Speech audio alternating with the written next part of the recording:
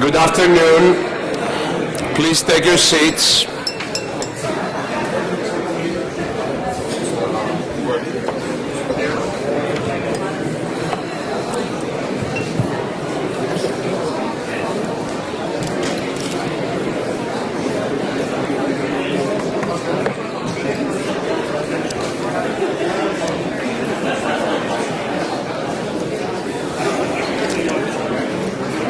So I now call the meeting of the General Committee on Political Affairs and Security to order. And may I have your attention, please? Sir, please. Thank you.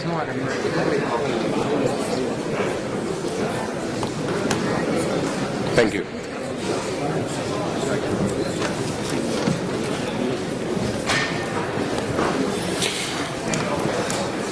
So may I take this opportunity to welcome you to this meeting and ask you all to switch off your mobile phones, please. And I'm sure you all have a draft of the agenda in your hands, so may I take this opportunity to call you if you adopt the agenda. So the agenda is adopted. Thank you. So I'm very much looking forward to our meeting this afternoon and to hearing a number of presentations. Just a few words about our program today. As you know, there are several tasks that the committee carries out during the winter meeting. It begins preparation for the annual session by hearing ideas of our rapporteur, and also it interacts with the governmental side of the OSCE. So let me remind you that the topic for this year's annual session is Helsinki plus 40, towards human security for all. For me, the core of the OSCE is contained in the values and spirit of the Helsinki Final Act. The combination of indivisible security and the three dimensions linking complex security issues with economy, democracy, and human rights is the raison d'etre of our organization. So, as we approach the 40th anniversary of this landmark document in 2015, we have an ideal opportunity to reflect on its successes and to direct the future of the OSCE. The declaration on furthering the Helsinki plus 40 process, agreed during the Ministerial Council in Kiev, vividly demonstrates this potential, as does the OSCE-PA's announcement of a Helsinki plus 40 colloquium project. However, I am also convinced of the need to establish a political dialogue and to engage the capitals in this important process, regardless Helsinki, border security or human rights. We need to identify a course of action that will address these challenges. There are three main items on our agenda today. Firstly, we will hear from United Kingdom delegation to the OSCE. We are very pleased to have you here, Your Excellency, and this also reflects our dedication to a more engaged and fruitful dialogue with the governmental side of the OSCE. And finally, we will focus on the democratic oversight of the armed forces as it relates to the establishment of an indivisible security community within the OSCE. Three panelists will address the meeting on this important topic. Ambassador Adam Koberatsky, Director of the OSCE Conflict Prevention Center, Lieutenant Colonel Detlef Hempel, and Colonel Prasenjit Chaudhuri from the Swiss Armed Forces. We will then have time for discussion and debate on this issue. Now, if you wish to take the floor during our discussion this afternoon, please register with the staff here at the podium, and I encourage you to sign up as soon as possible. Moving forward with today's agenda, I'd like to start by both introducing and thanking the committee's rapporteur, Pia KAUMA of Finland. She was elected to her position in Istanbul last July and has already started her work on the draft report and resolution for the annual session in Baku. So, Pia, we look forward to hearing your thoughts, and you have the floor.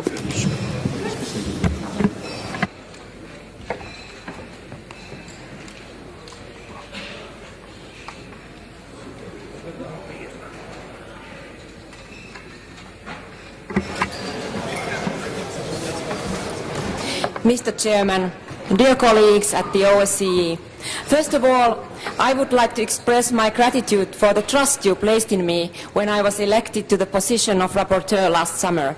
It is my pleasure and privilege to share some of my thoughts today on how the OSCE could be developed in the spirit of Helsinki plus 40. The agenda for this meeting is the democratic control of armed forces and the Vienna document. I will be suggesting ideas from the standpoint of arms control and monitoring. Before we proceed to the particular topic of this meeting, it might be useful to remind ourselves about the relevant documents and how they relate to one another. The Vienna document. As you all recall, the Vienna document is one of the most important politically binding documents of the political-military dimension of OSCE. It encompasses the goals of the Helsinki Final Act Decalogue of 1975 and incorporates them into a politically binding document. The Helsinki Final Act principles created the initial confidence and security building measures that would be elaborated upon, first in the Stockholm document of 1986 and later in the first Vienna document. The first document, Vienna document 1990, would have successors in Vienna documents 1992, 1994 and then 1999. All of the Vienna documents have sought to strengthen the transparency and the openness in the OSCE area. The participating states exchange information annually on their military forces concerning the military organization, manpower, and major weapon and equipment systems. The information is provided to all participating states by the 15th of December and is valid of January the 1st the next year. Apart from the exchange of various kinds of information, other obligations to the signatories include confidence and security building measures such as inspection and evaluations of military sites, areas and exercises. Dear colleagues, I now ask you to look back on our last summer meetings in Turkey.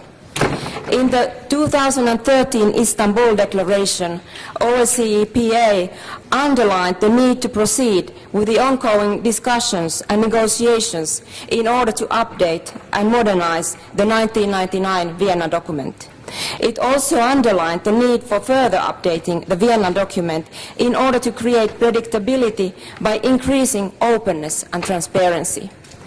The question remains, should the thresholds at which states are obliged to inform each other on their military exercises be lowered?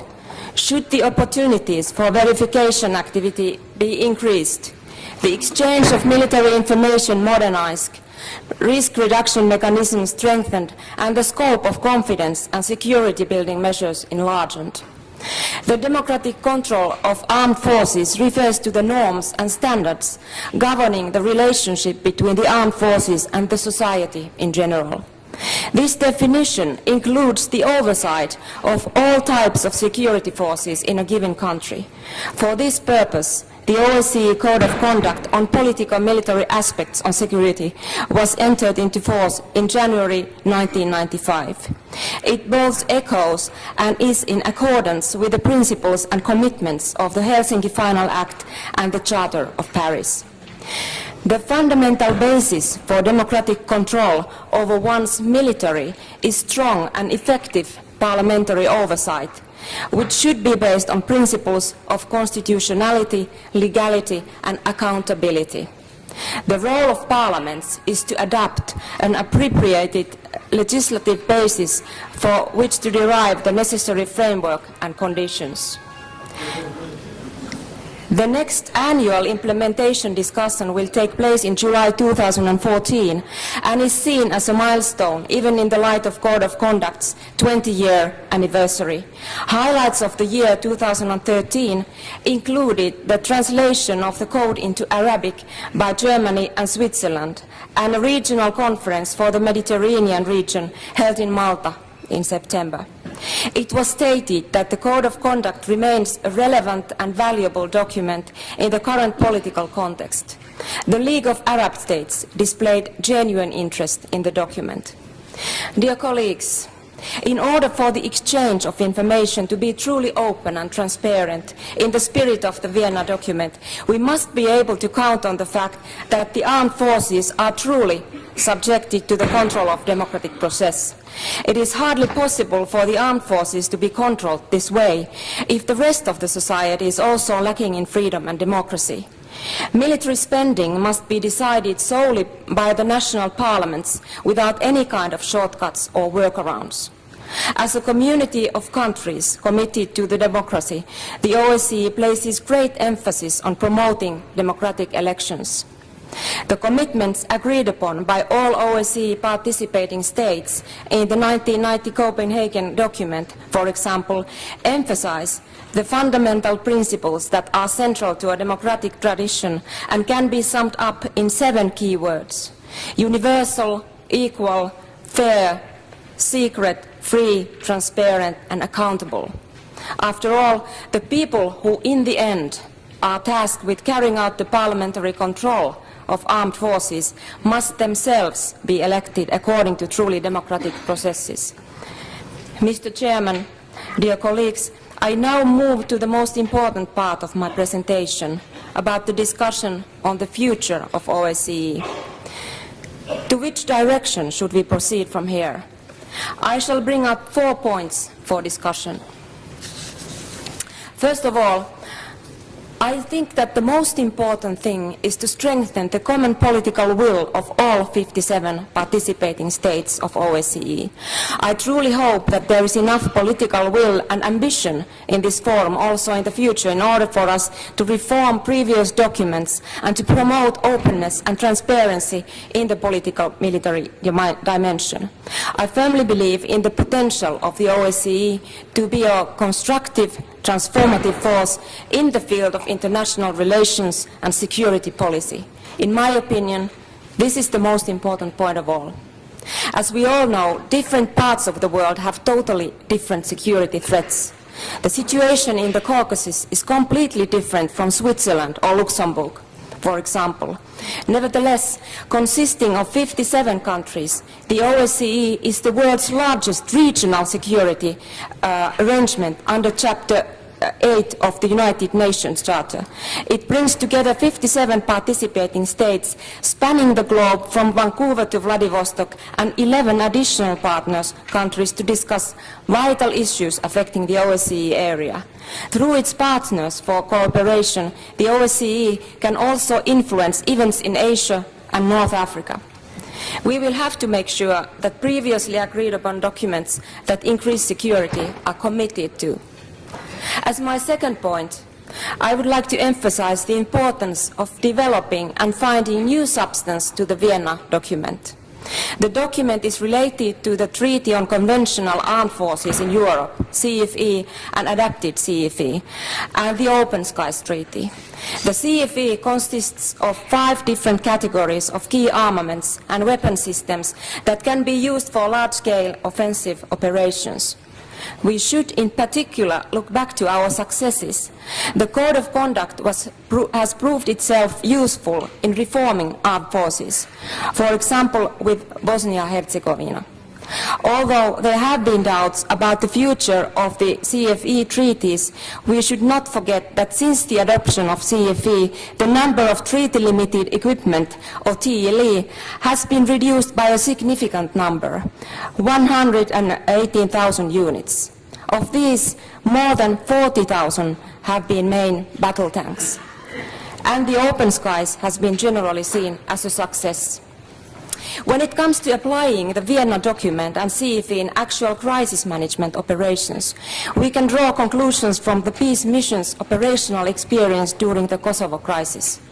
Because of both legal and political restraints and commitments, it was essential for the alliance to comply both with the CFE and VD. One particular difficulty turned out to be the friction between compliance and the need for operational security and force protection. It reflects the general dilemma in security policy.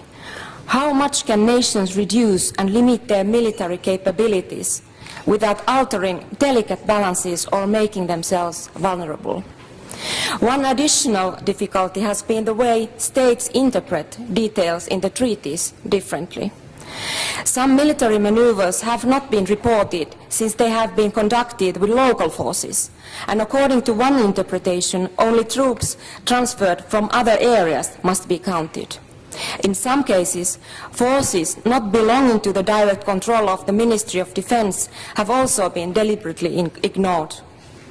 And there has not been consensus on whether all maritime or paramilitary forces, border guards, units, etc., should be included in the limits.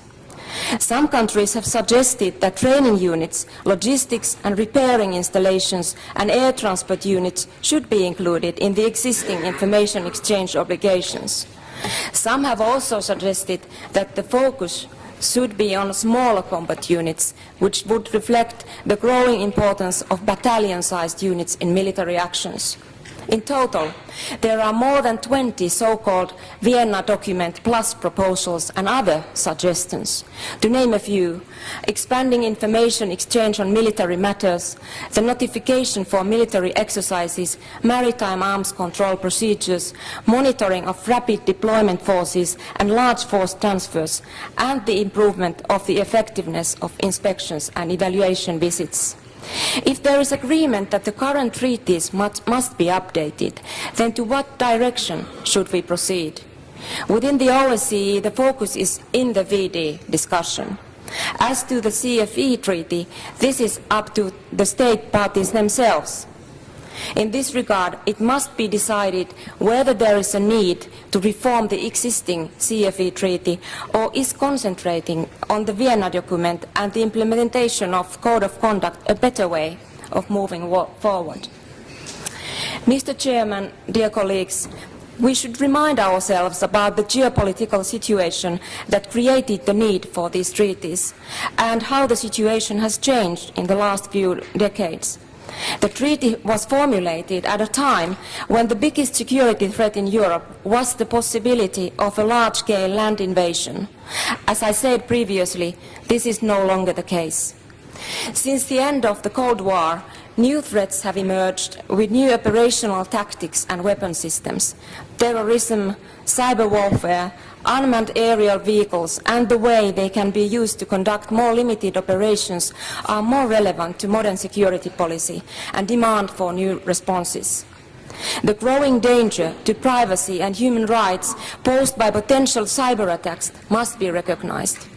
Future efforts could be coordinated with the European Union's cybersecurity strategy and EC directives, and there should be regular reporting and classification of attacks should they occur. As threats have changed, the quantitative assessments of troop and material counts do not carry the same weight as they used to. In an age when one can theoretically cripple an entire nation with a successful cyber attack, simply counts of a country's main battle tanks or other equipments are of little value. Future treaties should increasingly focus also on parameters that measure quality and potential of different elements of military force. Even small steps in this direction would be welcome. The list of modern security issues is long and varied, and as I said before, it is not limited to what are understood as traditional military warfare in the form of large-scale invasions.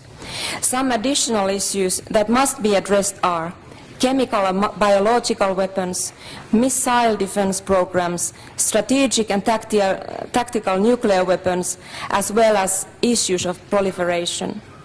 The role of women in the prevention and resolution of conflicts and compliance for United Nations Security Council Resolution 1325 should be carefully observed.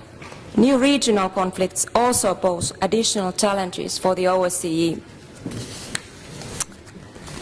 Mr. Chairman, dear colleagues, as my last, fourth point, I would like to bring to discussion the role of the OSCE that OSCE can take when a nation near us descends into chaos or even civil war. As we all remember, there has been much discussion on the topic of Syria. Many have felt frustrated and powerless when dealing with the crisis, as it seems that international organizations have had very limited influence in finding any sort of resolution to the conflict. The widespread bombing of civilian targets and the reported use of chemical weapons are, of course, a clear violation of international treaties, including the Geneva Convention. Syria is not a member of OSCE, but what if a situation like that were to present itself to one of us?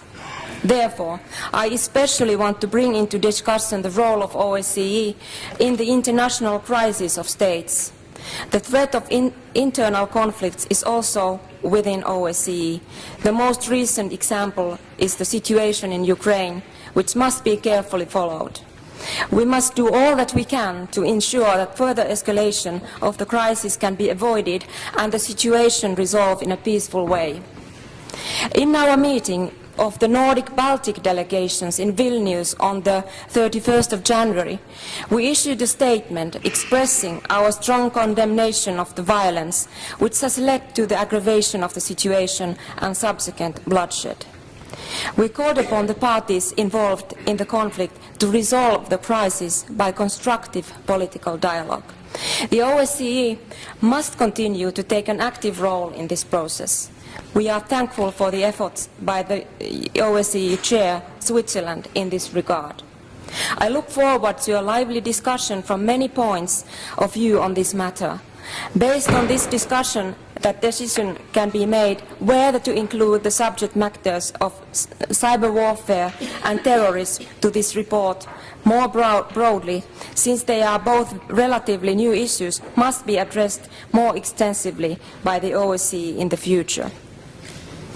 Mr. Chairman, dear colleagues, I would like to remind you again that the OSCE is in a great position to reclaim its role to increase security, openness and transparency. As the 40th anniversary of the Helsinki Final Act is approaching, we need to move forward in the Helsinki Plus 40 process. This process is an opportunity to strengthen mutual trust and confidence and improve cooperation among the participating states. We hope to see substantial results over the coming year. We have a shared commitment to ensure that we will live in a secure, peaceful world. How we achieve that goal depends solely on us and our common political will. I really hope that we can live up to this challenge. Thank you.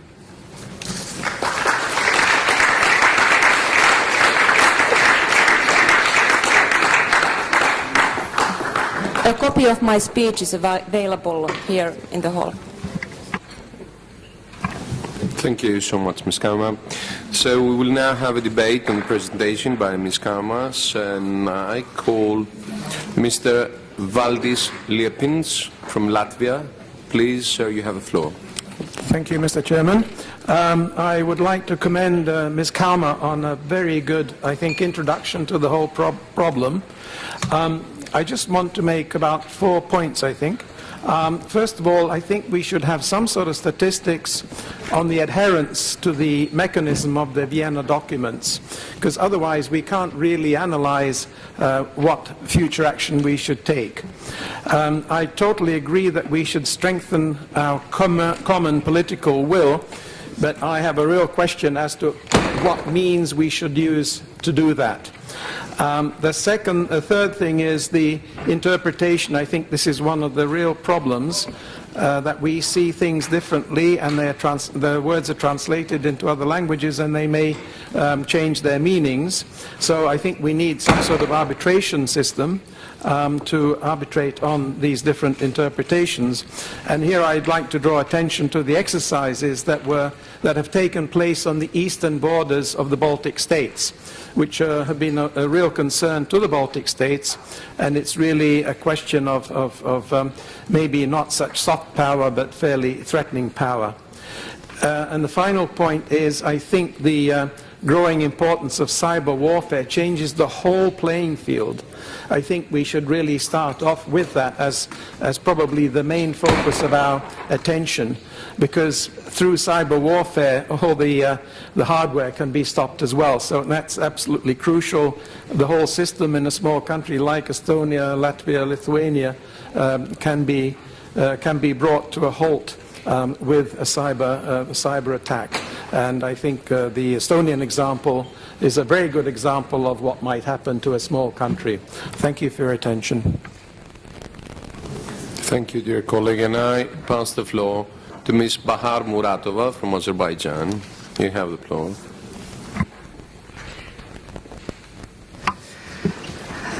Уважаемый господин председатель, пользуясь случаем, хотелось бы поблагодарить Международный секретариат за представленный промежуточный отчет и выразить наше отношение по ряду вопросов. Конечно, проделана очень большая работа по сбору информации, проведен анализ принятых документов, практических мер по работе различных структур. Все это, конечно же, содействует информированности членов Ассамблеи, расширению нашего мировоззрения. Это очень позитивно. Однако отмечено очень мало об изложенных в Стамбульской декларации рекомендациях Парламентской Ассамблеи. Или проделана незначительная работа по выполнению рекомендаций, или же она не нашла должного отражения в промежуточном отчете. Например, мне хотелось бы узнать, была ли Стамбульская декларация вынесена на обсуждение стран-участниц ОБСЕ в рамках рабочей группы по Хельсинки плюс 40. Хотелось бы подробнее узнать о планируемой работе по исполнению рекомендаций данного документа. Можно ли говорить о прогрессе в этой области? А то формируется мнение, что у нас нет результатов, отражающих общую позицию парламентской ассамблеи. И мы вынуждены представлять работу, проводимую в различных форматах, как свою собственную. В Стамбульской декларации отмечалась важность увеличения эффективности и продуктивности парламентской ассамблеи ОБСЕ. Путь достижения этой цели – это уделение равного внимания всем трем измерениям. Только в этом случае можно поддерживать престиж ассамблеи и гордиться проделанной работой. Мне кажется, что в отчете больше места уделено деятельности других институтов ОБСЕ и сделан упор на работу международных неправительственных организаций. В частности, интересующие нас вопросы касательно разрешения конфликтов на пространстве ОБСЕ, а также позиция парламентской ассамблеи по этому вопросу, отраженная в Стамбульской декларации, не учлись в этом отчете. В разделе о Минской группе перечислены встречи на различных уровнях, отражено заявление президентов стран-сопредседателей Минской группы, однако нет ни слова о столь важном элементе, как недопустимость продолжения статуса КВО. Не отмечена еще деятельность спецпредставителя президента Ассамблеи по Южному Кавказу. А во взявшей хорошее начало инициативе Парламентской Ассамблеи, начатой в 2011 году в Дубровнике, и вовсе нет речи. А возможностей-то у нас предостаточно. Наверное, следует вернуться к этим оставшимся без внимания вопросам на летней ежегодной сессии в Баку. Помнится мне, что вдохновленный результатом встречи в Дубровнике, тогдашний президент Парламентской ассамблеи, многоуважаемый Петрос Евтимио, допускал возможность подготовки какого-либо документа, отражающего деятельность, планы и позиции Парламентской ассамблеи как значимого института ОБСЕ. Я считаю, что целесообразнее предоставить это дело спецпредставителю по Южному Кавказу. Подобный подход повысил бы парламентскую вовлеченность в миротворческий процесс и стал бы серьезным шагом на пути выполнения Стамбульской декларации. Спасибо за внимание. Thank you. And now I pass the floor to Mr. Gekamyan from Armenia. You have the floor, sir.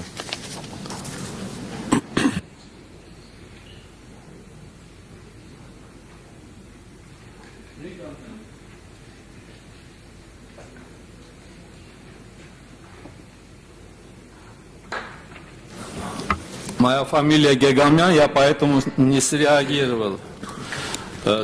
Бесспорно, доклад был очень интересным. Хотелось бы некоторые пожелания высказать по поводу доклада. В частности, согласно глобальному индексу милитаризации за 2012 год, Азербайджан является одной из самых милитаризованных стран планеты.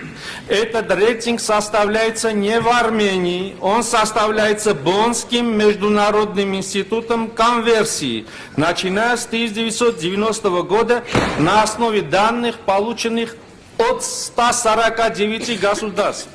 По степени своей милитаризации Азербайджан находится на 8-м месте из этих 149 государств. А для кого вооружается? Вооружается для войны.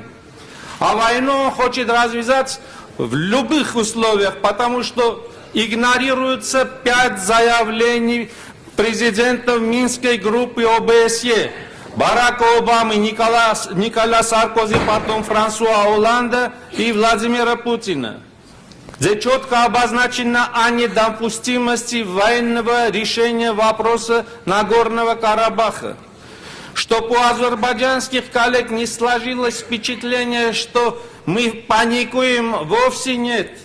Просто гибель каждого солдата с армянской стороны и с азербайджанской стороны болью отдается в наших сердцах, потому что Армения – это древнейшая христианская цивилизация. Смерть каждого человека умаляет и нас, как об этом очень умно написал в свое время великий английский поэт Джон Дон. И сегодня, говоря о второстепенных вопросах, наши коллеги из Азербайджана хотят увести общественное мнение стран ОБСЕ от насущных проблем. Ведь с 2004 года по 2012 год военные расходы Азербайджана возросли со 170 миллионов долларов до 3 миллиардов 200 миллионов долларов, а уже на этот год запланировано потратить на эти нужды 3 миллиарда 800 миллионов долларов. Причем покупается оружие исключительно наступательного характера. В частности, только в 2011 году Азербайджан приобрел оружие у Израиля на 1 миллиард 600 миллионов долларов исключительно наступательного характера. Президент Республики Армения Серж Азатович Саркисян, он герой национально-освободительной борьбы народа Нагорного Карабаха. Он очень хорошо знает цену войны. Он очень хорошо знает, что в случае развязывания новых боевых действий Азербайджан будет иметь сокрушительное поражение, но мы не хотим войны, потому что 21 век. Нас очень настораживает и другое. Около 500 боевиков из Азербайджана сегодня воюют в террористических отрядах, аффилированных с Аль-Каидой в Сирии. Завтра они неизбежно приедут обратно в Азербайджан. Это боевики-смертники, которые только обучены одному убивать людей. Поэтому я использую трибуну парламентской ассамблеи ОБСЕ с тем, чтобы жестко поставить перед Азербайджаном условия перестать вести пропаганду, нацеленную на изображение армян в образе исключительного врага. Надо перестать героизировать откровенных убийц, которые восхваляются во всех телеканалах Азербайджана. Надо наконец-то посмотреть правде в глаза. И это оскорбление чести и достоинства парламентской ассамблеи ОБСЕ проводить летнюю сессию в стране, которая миру дает разве что жертвы. Причем жертвы с обеих сторон. И со стороны Армении, и со стороны Азербайджана. Уважаемые коллеги, это призыв ко всем нам. Это призыв в первую очередь азербайджанским коллегам. Остепенитесь, одумайтесь, потому что Азербайджан воюет за завоевание территории, а Армения воюет за свою родину. Спасибо за внимание.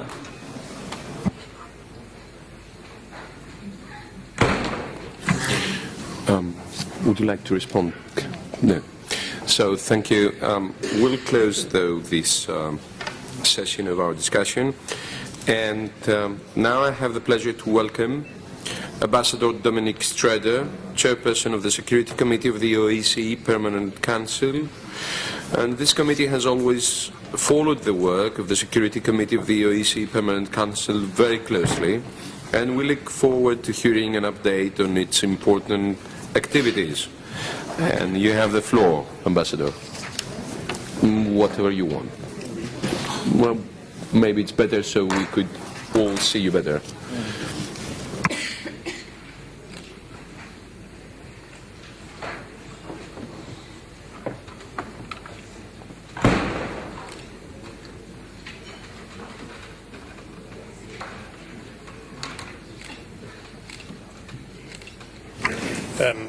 Thank you, Mr. Chairman.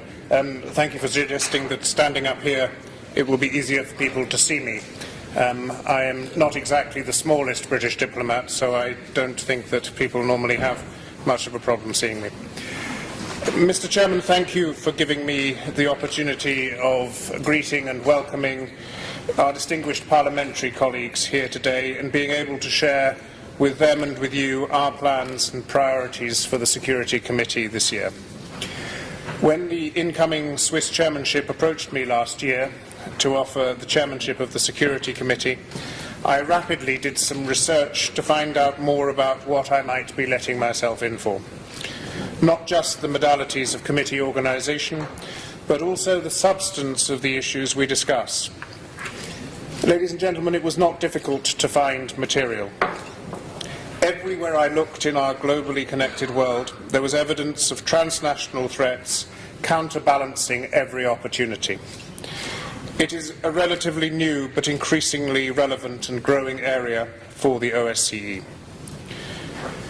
In 2009, the Ministerial Council mandated the Security Committee, an informal committee that meets on a monthly basis and reports to the Permanent Council, to expand its discussions on non-military and political aspects of security, to encompass the ever-evolving risks stemming from transnational threats such as terrorism and organised crime. The committee's deliberations and findings guide and support the work of the Transnational Threats Department, created in 2011, through the merger of the units dealing with transnational threats, the Action Against Terrorism Unit, the Special Police Matters Unit, and the Borders Unit.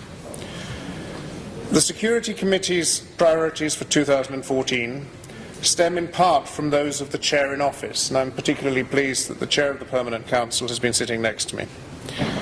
They also take into account the various and sometimes conflicting priorities of participating states. I have just published our draft work programme for 2014, which will be presented and discussed at next Monday's Security Committee meeting, and I'm delighted to be able to share some of the details with you. Our first priority relates to the ever-growing and pervasive threat of terrorism. We intend to devote at least 2 sessions to this issue, focusing on countering terrorist financing, including kidnap for ransom, and secondly, on counting radicalisation leading to terrorism, including the return of foreign fighters from theatres of war such as Syria. All highly topical issues which will also feature in the counter-terrorism conference organised by the Chairman in Office in Interlaken in April. Kidnap for ransom has also attracted the attention of the United Nations. And United Nations Security Council Resolution 2133, agreed unanimously on the 27th of January, the first stand-alone resolution tackling the issue, calls on all member states of the United Nations to prevent terrorists from benefiting directly or indirectly from ransom payments.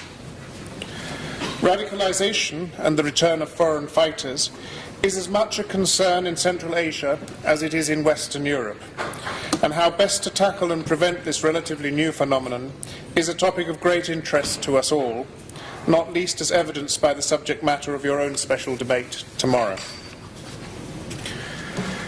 The increasing weight given to the subject of counter-terrorism in the OSCE in Vienna, both as a self-standing issue and as a complicating factor in other facets of our work, whether conflict prevention, the rights of minorities, freedom of religion, belief or speech, is mirrored by your own debates and discussions in the Parliamentary Assembly. In this context, I would like to warmly welcome your recent decision to create a special representative on anti-terrorism and look forward to fruitful discussions with Nikolai Kovalov on how our two OSCE bodies and the Secretariat's Transnational Threats Department can best collaborate to advance our common objectives. Although terrorism may steal the spotlight, it is not the only transnational threat we face, nor the only one where the OSCE is equipped to offer support and guidance. At least one meeting will be devoted to policing issues, with a likely focus on community policing and gender-related issues such as preventing sexual violence against women. I have taken the liberty as chair of the Security Committee this year to introduce a subject dear to the UK's own foreign policy priorities and which is supported by a number of participating states. Border security and management is an area in which the OSCE has developed a particular reputation and expertise, and our discussions on this topic will be focused on Central Asia, given the particular importance of that region in view of the 2014 transitions in neighbouring Afghanistan. I look forward to working with your Special Representative on Border Cooperation, Ignacio Sanchez Amor, on this topic. Counter-narcotics is another area where OSCE activity in this region is particularly relevant and will be the subject of a Swiss-organised conference in October. There will also be, of course, the annual meetings of police and borders experts, both of which will be held in Vienna this year, which should help facilitate attendance by delegations from the participating states. A particular strength of the OSCE approach to security is, of course, its ability to harness a cross-dimensional and inclusive approach, and we intend to make better use of this expertise in discussions in the committee. We will be inviting speakers who can offer a human or economic and environmental dimension perspective on classic first dimension issues, as well as inviting speakers from relevant OSCE institutions in order to obtain a more rounded view of the problem and potential integrated ways forward for OSCE activity. This approach is in line with the recently published mapping study by the Geneva Centre for the Democratic Control of Armed Forces, and I recognise that you'll be speaking about this shortly, which calls for a more coherent and a holistic approach to the OSCE's role in security sector governance and reform. As the Parliamentary Assembly is the main awareness-raising OSCE body on parliamentary oversight of armed police and security forces, we would encourage you to support and encourage the OSCE's efforts in this direction. Although the OSCE may be the world's largest regional organisation, it is not the only one conducting activities on countering transnational threats in the area. It is therefore crucial that the OSCE does not duplicate the work of other organisations, but rather complements and adds to them. I will therefore be continuing the tradition of inviting external experts from the likes of UNODC and other international or regional agencies to share their experience and work with us to help foster synergies and potential cooperation. But I do not only want to focus on external coordination. We should also be considering implementation of our existing commitments within the OSCE, and I will therefore also be inviting more representatives from the OSCE Secretariat and field offices to share their experience with us, and to invite representatives from the participating states to talk about best practice from their perspective. In this way, we might see better what is working well and what might be expanded, and what is less successful and might be dropped or changed. Finally, but certainly not least, I want to touch on one, perhaps the most significant achievement at the Ministerial Council at Kiev: endorsement of the first ever set of regional confidence building measures in the area of cyber ICT security. These initial CBMs are voluntary and are designed to start the process of building contacts, trust and mutual comprehension between national experts. This is an area where the OSCE is spearheading best practice, and my US colleague, Ambassador Dan Baer, will, I am pleased to say, continue chairing the informal working group on cyber in order to take forward implementation of the CBMs we have already agreed and to start work on formulating a second set. The Security Committee will be working closely in support of his efforts. Transnational threats should engender a spirit of cooperation and consensus amongst participating states and OSCE bodies that is not always so easy to find in other areas.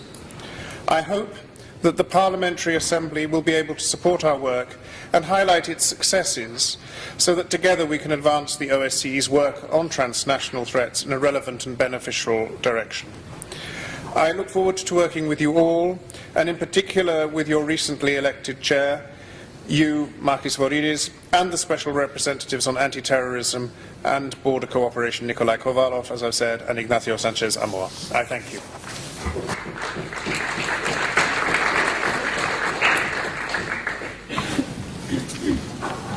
Thank you very much, Ambassador. I think we greatly appreciate your presentation, which was quite interesting, and we definitely look forward in working closer with your committee and the governmental side, trying to coordinate things even better than we are doing today. I do not have someone on the list, but if someone would like to intervene at this point, please do. So, no, we close this part of this session, and we will now start our panel presentations and debate on parliamentary control of armed and security forces. So, welcome our speakers, Colonel PRASENJIT CHAUDHURI, Lieutenant Colonel Detlef Hembel, and Ambassador Adam Koberaski. So thank you all for coming, and I think you will all have from 7 to 10 minutes, if it's okay with your presentations, okay, to address the meeting, and then we will open the debate. So, colleagues, I just have to remind you once more that if you want to intervene, please do sign up during the debate. And you have the floor. Colonel CHAUDHURI, please, have the floor.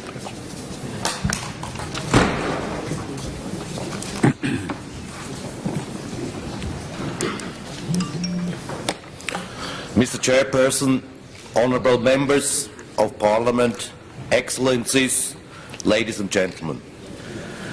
It is a great honour and a privilege to present the OSCE Code of Conduct on politico-military aspects of security, to illustrate its structures and application with some practical examples. The structure of the Code of Conduct has actually many of the elements which were also discussed this afternoon.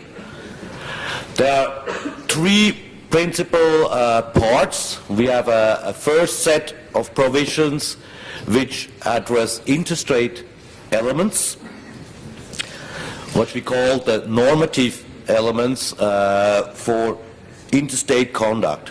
Among others, the document calls on consistency with the UN Charter and provisions of international law. It calls on that interstate conduct should be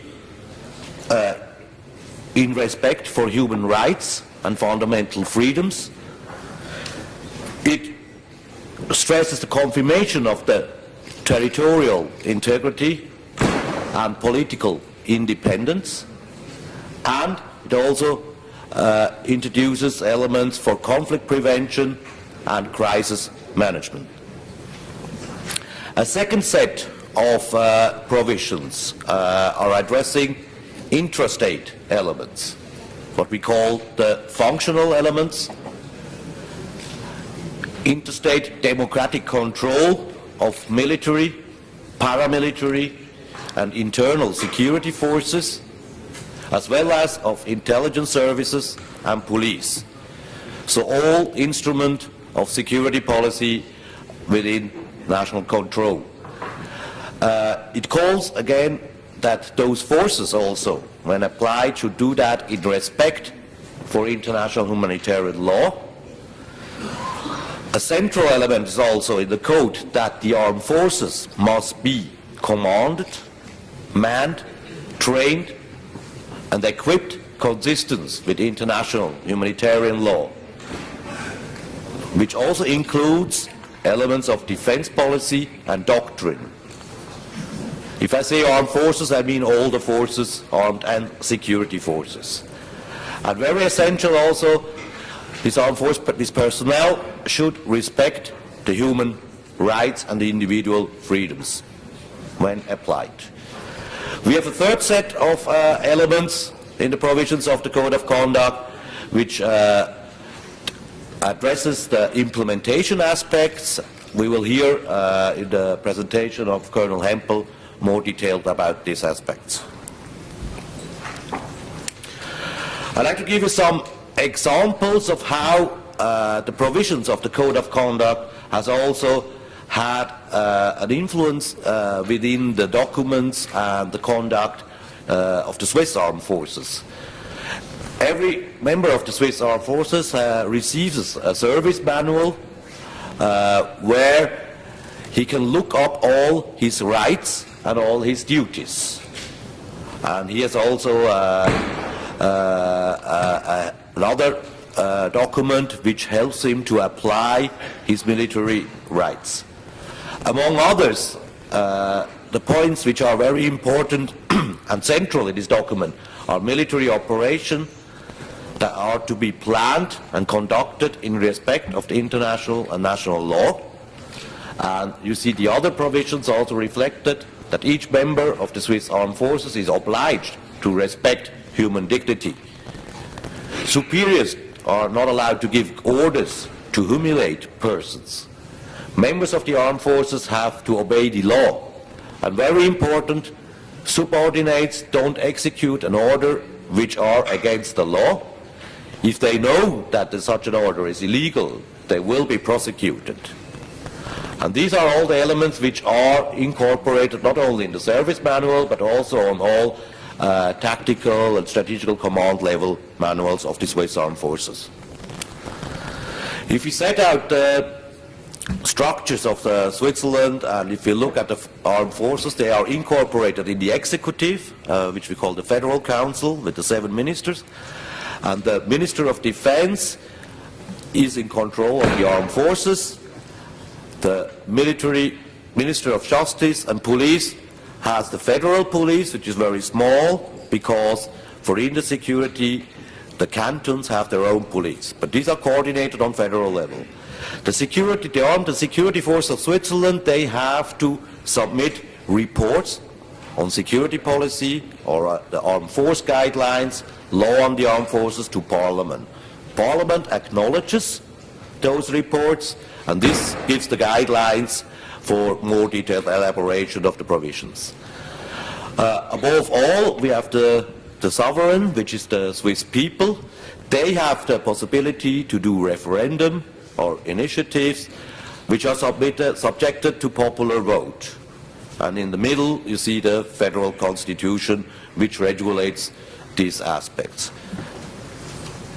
In the very center, you see Parliament. And parliamentary oversight is done by acknowledging these reports, but also that financial and security and foreign commissions are regularly looking at the activities and the conduct of the armed and security forces. And if needs be, Parliament can install additional special investigating commissions. I now turn to some practical examples, and I want to underline it is not to blame and shame any member participating states of the OSCE. It's just to illustrate of how detailed the provisions of the Code of Conduct are outlaid, and how, if correctly implemented and disseminated, situations which we take as practical examples can be prevented. One set of elements we often see are strange rituals and hazing within the armed forces, that members are humiliated And here we have a set of provisions in the Code of Conduct. You see the articles there that, if applied correctly, this kind of things can be prevented. The central element, again, all armed force personnel are able to enjoy, exercise the human rights and fundamental freedoms as set out in Article 32. You see the other elements illustrated here. If armed security personnel are applied in operation on national territory or abroad, we had a lot of situations here which have been investigated. You see the provisions set out again clearly. Central, not only armed forces must be commanded and trained in accordance with the provisions of international law. This also includes defense policy and doctrine. And there's no limitation, again, of human and civil rights. Again, international incidents we had with torture, abuse of prisoners of war. Here we find again the provisions in the Code of Conduct. Individual accountability for their actions, for every personnel of the armed and security forces. The responsibility of the superiors, which does not exempt the subordinates from any of their individual responsibilities. And finally, again, properly manned and trained for their missions. Let me turn quickly to the objectives in this area of the Swiss chairmanship. One of the 10 objectives of the Swiss chairmanship includes the support for a better governance of the security sector, which includes on one hand the Code of Conduct. On the other hand, it highlights the principles of security sector governance and security sector reform. One objective is awareness raising, what we are actually doing now. Another objective was outreach, the core elements, the principles of the Code of Conduct, also to the region of our Mediterranean and Asian partners of cooperation. We support better implementation and dissemination. We highlight also the importance of the Code of Conduct as a fundamental principle of security sector governance and reform. And the concrete activities are that we continue to offer and support seminars and workshops since 1996, mostly in cooperation with our partners of Germany and Austria. We have an initiative for a compilation on practical guidelines, which was launched in the Forum of Security Cooperation. And this compilation should actually help participating states to better exchange their information with the provisions of the Code of Conduct. And it's also, there are initiatives to support the development of guidelines for security sector governance and reform. What are the possible activities of the OSCE Parliamentary Assembly? Again, we need support in the awareness raising and dissemination of this Code of Conduct in national parliaments, in administration, active support of the Code of Conduct as a parliamentary tool for democratic oversight and promotion of human rights, participation of parliamentarians in the Code of Conduct workshops and seminar in support of our efforts. We have the opportunity that this year we can celebrate the 20 years anniversary of the Code of Conduct. There are some activities planned, and also support efforts to develop operational guidance for the OSCE on the use of Code of Conduct within the security sector governance and reform. The OSCE Parliamentary Assembly has the possibility to formulate resolutions, and a resolution in 2014 for fostering a better implementation, further development and outreach of the OSCE Code of Conduct would support this effort. Mr. Chairperson, Honourable Member of the Parliament, I think that Code of Conduct is a hidden jewel within the set of documents of the OSCE, and it's a very precious tool within the confidence building and security measures. I'm a member of the armed forces, and then I encourage you to support this document for a better democratic control of the armed and security forces. Thank you very much.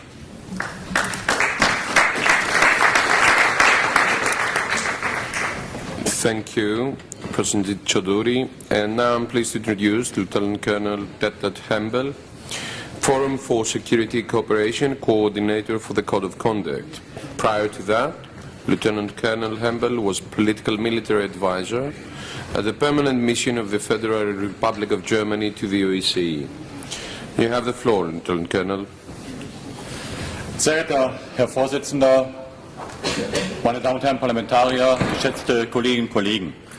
In meinem Aufgabenbereich als Koordinator des Forums für Sicherheit und Kooperation ist es mir eine Freude, Ihnen heute einige Informationen zum Informationsaustausch übermitteln zu können. Der Informationsaustausch, der seit 1998 stattfindet, mit einem Update im Jahr 2009 und 2010, ist jeweils zum 15. April eines Jahres hier an alle OSCE-Teilnehmerstaaten zu übermitteln. Wichtig ist, meine Damen und Herren, es sind Ihre Informationen, das heißt die Informationen des jeweiligen Partnerstaates, die hier zu übermitteln sind und nicht die Informationen der OSZE. Sie sind politisch bindend. Es gibt Fragen und Fragestellungen, die sich aufgliedern an dem Aufbau des Verhaltenskodex, wie das durch Herrn Oberst CHAUDHURI dargestellt wurde.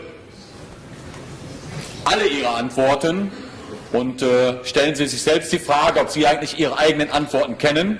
Wenn nicht, sind sie öffentlich zugänglich auf der OSCE-Website und damit auch zugänglich für alle Staaten. Wenn wir uns den Informationsaustausch anschauen und anschauen, was übermittelt wird, ist zunächst einmal zu sagen, bei der Übermittlung der Daten befinden wir uns auf einem sehr hohen Level. Das heißt, im Jahr 2013 wurden letztendlich 53 Informationsaustausche von nunmehr 57 OSZE-Staaten übermittelt, wobei die Mongolei hier in 2013 noch nicht berücksichtigt ist. Dieser Informationsaustausch besteht aus Fragen zu den innerstaatlichen Elementen, zu den zwischenstaatlichen Elementen und hinsichtlich zu den Kontaktinformationen. Das heißt, hier werden beantwortet insgesamt 24 Fragen, die sich damit beschäftigen,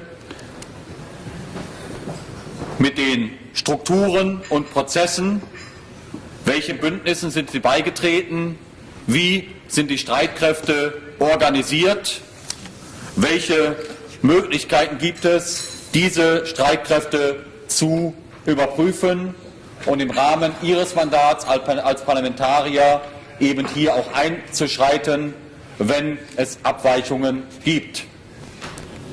Zusätzliche Informationen, freiwillige Informationen in zwei Anhängen. Einmal geht es um den Bereich Frauen, Frieden und Sicherheit, die Rechte der Frauen, die Einbindung der Frauen, die Möglichkeit aber auch, Frauen in ihrem Aufgabenbereich in den Streitkräften zu schützen. Und weiterhin, vielleicht ein Schwerpunkt für die Zukunft, wie sieht es aus mit den privatmilitärischen Sicherheitsfirmen, die immer mehr zum Einsatz kommen können, sei es in dem Bereich eben den Sicherungsmaßnahmen oder auch in dem Bereich zum Schutz, zum Beispiel bei Frachtschiffen, wenn sie Transportwege hier in besonders kritischen Bereichen wie Ost- und Westafrika durchlaufen. Hier ist in Zukunft mit Sicherheit noch eine erhebliche Steigerung der Übermittlung von Daten möglich. Bei den Frauen, glaube ich, haben wir einen guten Level erreicht, sind aber hier sicher noch steigerungsfähig. Meine Damen und Herren, um eine Hilfestellung zu geben, wurde hier im Jahr 2011 ein Fragebogen erstellt mit einer Ausfüllhilfe, wie man diese Fragen beantworten kann. Problem des Informationsaustausches auch, er ist nicht festgeschrieben. Wir erwarten natürlich im Rahmen der Transparenz und Öffentlichkeit, dass Sie alle diese Fragen sehr ausführlich beantworten bekommen. Der Referenzleitfaden steht auch in allen OSZE-Sprachen zur Verfügung.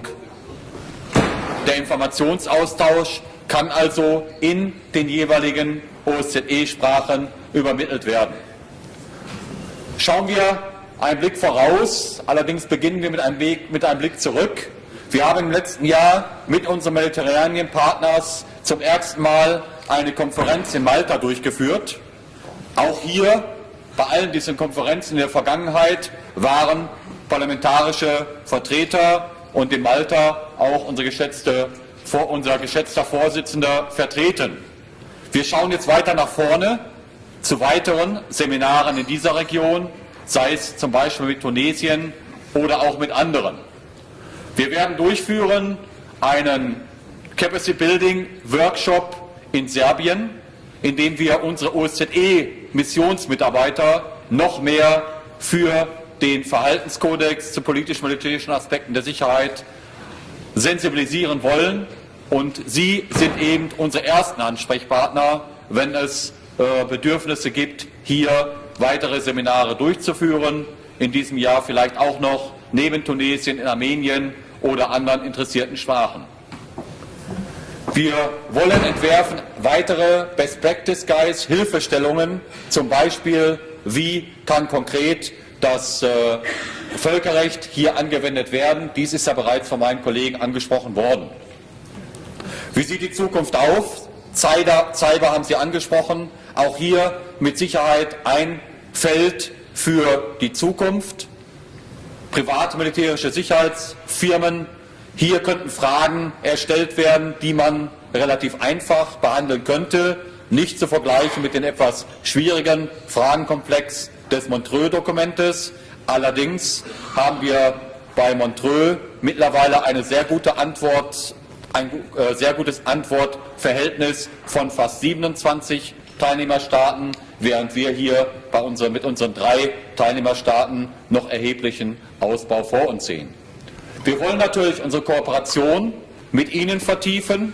Es gibt einen Freundeskreis des Verhaltenskodex, der sich 1 bis 4 Mal pro Jahr trifft und wo wir eben versuchen, weitere Entwicklungen vorzunehmen.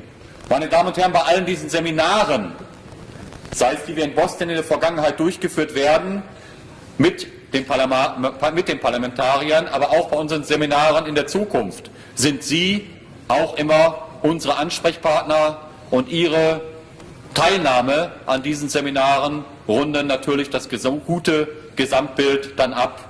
Im Mai wird es noch ein Seminar in der Schweiz geben und auch hier besteht mit Sicherheit die Möglichkeit, von Ihrer Seite aus teilzunehmen.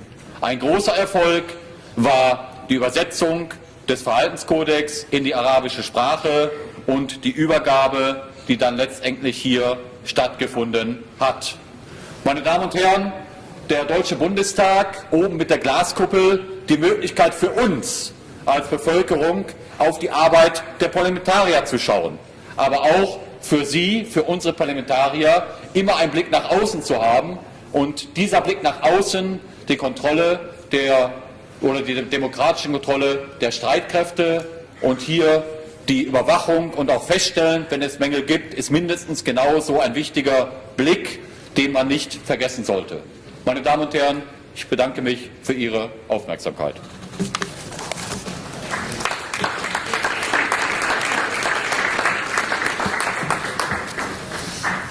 Thank you, Lieutenant Colonel Detlef Campbell. And finally, I'm pleased to give the floor to Ambassador Adam Kobiratsky, Director of the OSCE Conflict Prevention Center, who was appointed to the position in June 2011. He is also Deputy Head of the OSCE Secretariat. The Ambassador has previously served as the permanent representative of Poland to the OSCE and the UN, as the Director of the Security Policy Department in the Polish MFA and NATO Assistant Secretary General for Operations. You have the floor, Ambassador.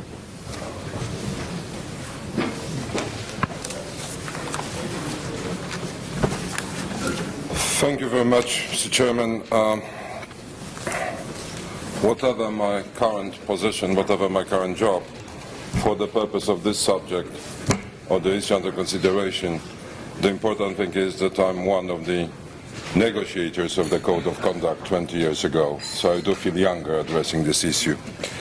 Mr. Chairman, honourable members of Parliament, Excellencies, ladies and gentlemen, it is really a great pleasure and honour for me to address this meeting of the General Committee on Political Affairs and Security of the OSCE Parliamentary Assembly.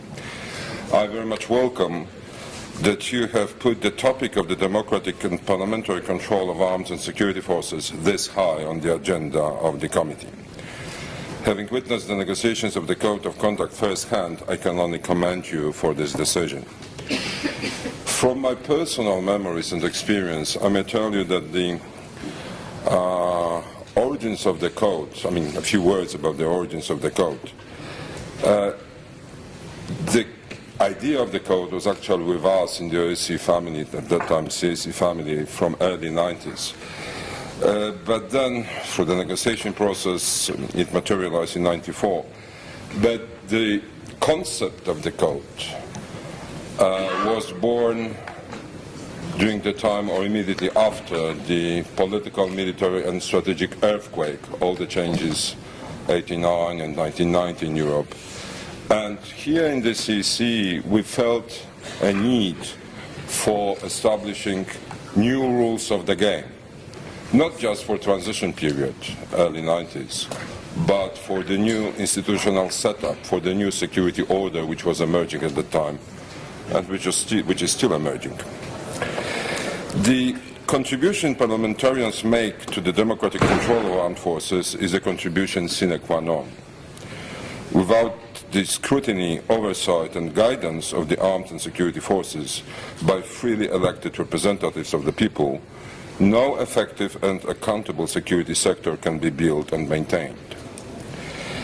That this deep conviction was already reflected 20 years ago, when nobody yet talked about security sector governance or reform, merits our respect and consideration.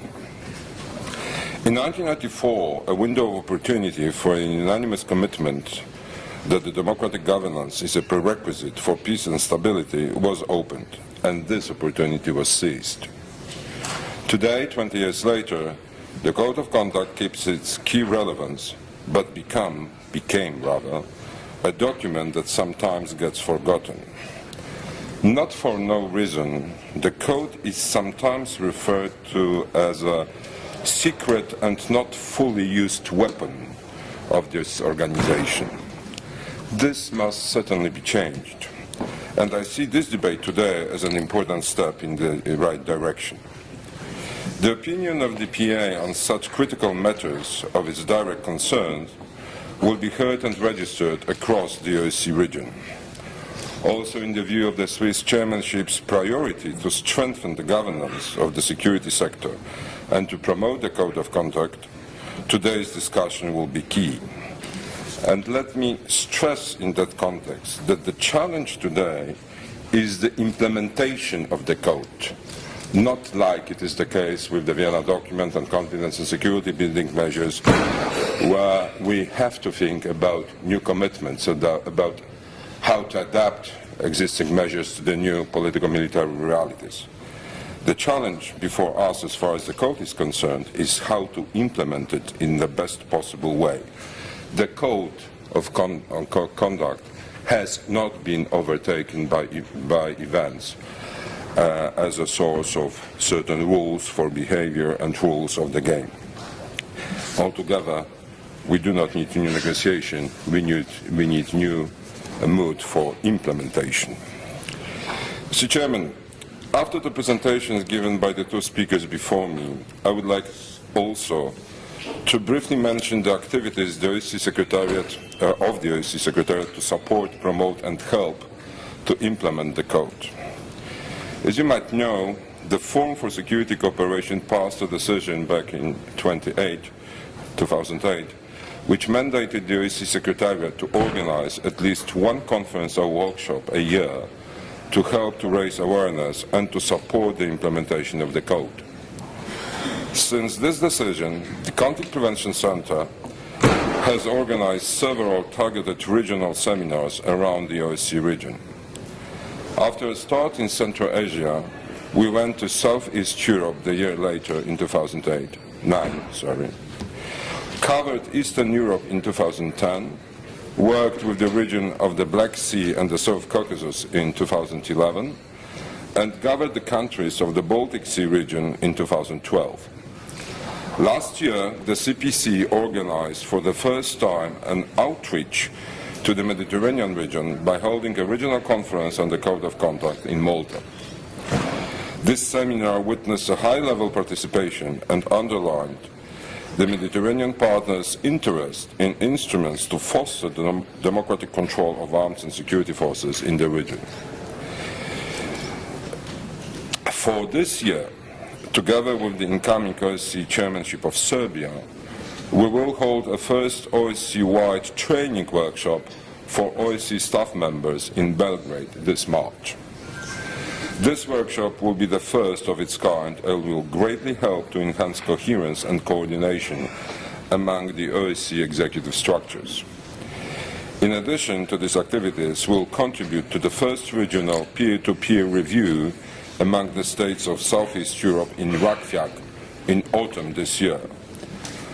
Further reach out to the League of Arab States, work with OSCE field missions to improve national implementation, and, last but not least, will continue on strengthened cooperation with the OSCE Parliamentary Assembly.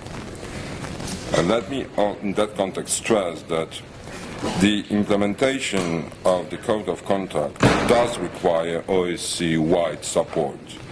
It does require the support from all OSCE bodies, all institutions, everybody in the OSCE family. And we in the Secretariat would only welcome such a support from the side of Parliamentary Assembly in whichever manner the PA would deem it appropriate to express this support. Mr. Chairman, to conclude, I would like to repeat my personal offer to you and to the members of Parliament gathered here for any assistance and cooperation that might be needed. I am convinced that the increased attention paid by the PA to the issue of the democratic control and to the Code of Conduct will bear good fruits, and I would like to take this opportunity to thank the long-standing supporters of the Code of Conduct, Austria, Germany and Switzerland, for all their support. Thank you very much.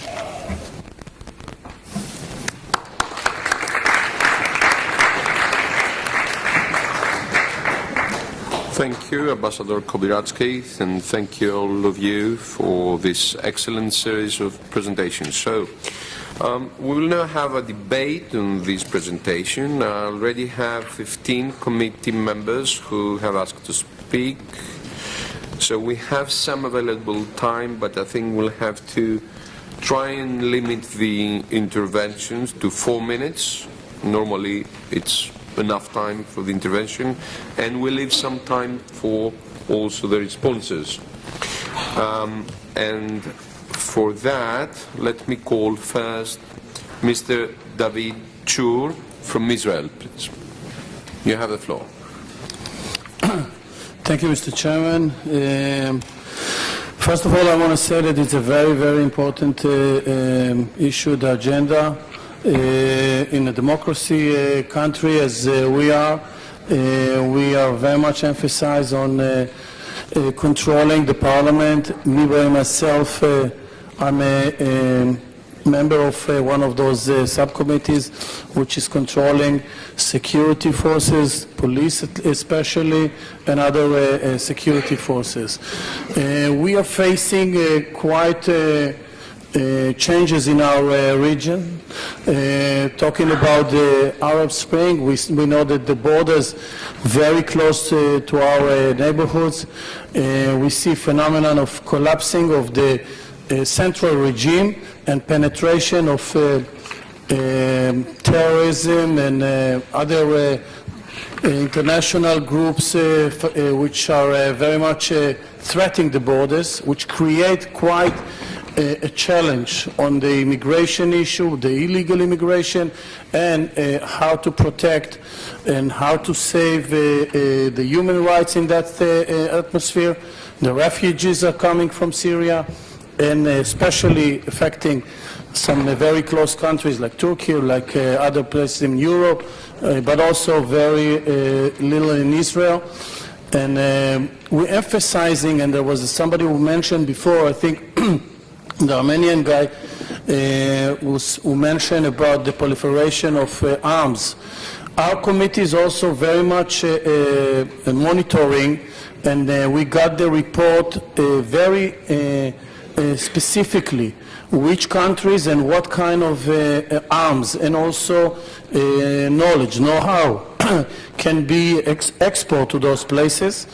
This is a very big challenge also for maintaining the budget control for the arms forces and also for security forces. And I think the balance between the full power which the government have to execute their decision, but the parliament have to see that it's according to the policy, to the law, and especially for the keeping the human rights and the civil laws which we are creating. It's a very short time to cover all those issues which I wanted to speak, but I want to keep on time. So thank you very much for this opportunity and giving me the floor. Thank you, Sharon, for being so prompt. And now I pass the floor to Ms. Heidi Fry from Canada. You have the floor. Thank you very much, Mr. Chair. I just wanted to congratulate everyone on very important presentations, but to also say that this is a very important topic. I think given that the United Nations is focusing on Resolution 1325, we talked about this in our report in the summer in Istanbul, and I think the OSCE is looking at this issue. I think one of the most important things I wanted to focus on is not only women as victims, but women as members of the military. And I think that it's really important for us to look at how we recruit women into the military, into the police forces, and how we train them, how we bring in gender sensitivity training into the military and into the police. And because it's really very important that women who are victims of rape and international crime and trafficking, we see that in areas of conflict, in post-conflict areas, in rehabilitation areas. And I think it's really important that women in the military and in the police forces are, in fact, in larger numbers when we look at their post-conflict policing areas, and how they protect civilian populations and how they ensure that women are protected and women are guarded, because we know, while we talked about a code of conduct is only as good as it is kept. So you have to have the will of the military, not only to talk about the code of conduct, but to actually implement it. And we have seen that it's been implemented more in the breach than in the observance. And I think what we find is that it's important not to have military and border guards and border policemen or police who actually participate in trafficking, who actually participate in sexual violence against women. And so bringing in more women into post-conflict resolution, into policing, into border controls will, we hope, help that to happen. But I wanted to stress also, in terms of male military and male police, that we begin with gender-sensitive training so that women can feel protected in these areas. That's the only way we will actually begin to implement 1325, because as women are protected, women will assume responsibility for post-conflict economic development, post-conflict rehabilitation within civilian communities. I think it's all about trust. and it's all about accountability, and it's all about transparency, and that can only happen if members of the OSCE manage to be able to look at Parliament as the place where accountability occurs, at the place where transparency is kept sacred. And so it means that parliaments should assume a very much more important role in ensuring that codes of conflict, codes of conduct are implemented, and that we bring more women into these areas so that we can change the way things have been going so far. Thank you. Thank you. And may I now give the floor to Bachimeg Migedori from Mongolia. You have the floor. Thank you, Mr. Chairman, Excellencies, ladies and gentlemen. It's my honor to speak at this General Committee meeting as a Member of Parliament of Mongolia, the newest participating country of the OSCE. Slightly more than a year ago, my country became the 57th member of the OSCE family, expanding its landscape further from Central to Northeast Asia. It was a great honor for us to become a part of the largest security cooperation organization in the world. The issue we discuss in this committee, such as democratic control of security sector and good governance of security sector itself, are very instrumental, not only in strengthening international peace, but also strengthening democracy in individual countries. Despite the considerably successful consolidation of democracy, broad radical reform and progressive changes in social, political and economic spheres, Mongolia's achievement in reforming security sector governance is fairly limited. Although partial changes have taken place to improve legislation and restructure the military, police, border protection, customs, and intelligence, we still face numerous challenges regarding the capacity and governance. For the past 3 to 4 years, President, Parliament, and Government of Mongolia have been making continuous efforts to reform judicial, police, border protection, and custom agencies. That means efforts of security sector reform are underway in Mongolia. However, having new policy and legislation is one thing, while implementation of that policy is much harder in real life. We need to raise awareness, cultivate new way of thinking, and build capacity. I think not only in Mongolia, every country that pursues similar reform faces similar challenges, and it deserves international cooperation. Taking this opportunity, I would like to congratulate Switzerland on the OSCE chairmanship in 2014 and her excellent initiative to strengthen the role of OSCE in security sector reform. We deeply appreciate the initiative to develop overarching strategic framework for SSR in OSCE region. I'm convinced that not only individual member countries, but also broader international community will benefit from it. Mongolia is ready to support the initiative and cooperate with institutions and members of the organization. Let me conclude my words by reaffirming Mongolia's commitment for a better and safer future through cooperation and friendship. Thank you. Thank you, and let me welcome Mongolia. I think it was your first intervention in our committee, so we hope we hear more and equally exciting from you. Thank you very much. Thank you. And I pass the floor to Andreas Kafkalias from Cyprus, please. Thank you, Mr. Chairman. Dear colleagues, parliaments, as an essential component of democratic states, share a major responsibility for an effective global security system and the restructuring of the armed and security sectors in order to meet current and future security challenges. Parliamentary control of these sectors must primarily aim at ensuring that states and armed forces security building efforts strictly comply with international law, the rule of law and societal values. More so, in light of increasing of militarization of international relations and states' internal security.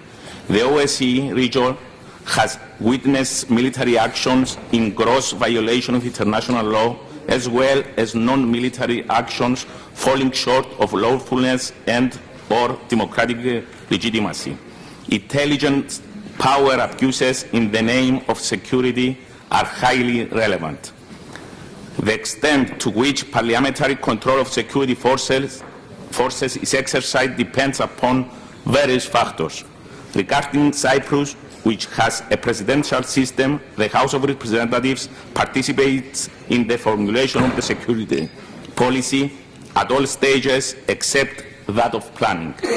Parliamentary control is primarily exercised through the approval of the state budget, as well as the possibility to propose amendments to government bills, provided these do not entail any increase of budgetary expenditures. The budget law provides for the prior approval of the House for all defense expenditures. Parliamentary oversight is further exercised through written questions to the government, committee hearings, as well as debates registered upon a member's request, for which purpose inquiries may also be conducted.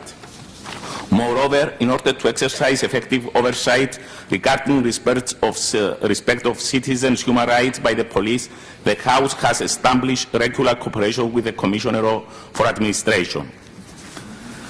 Security constitutes Cyprus' main concern and highest priority, as long as a just and viable settlement of the Cyprus problem in line with international law and pertinent UN resolution is not achieved. The Republic of Cyprus remains firmly committed to this aim in light of the recent agreement between Greek and Turkish Cypriots on a joint communiqué by which negotiations are about to resume, aiming at an overall settlement of the protracted Cyprus problem. Against an increasingly volatile environment and the perception that security and defense are states' business, OSCE fundamental principles remain highly relevant.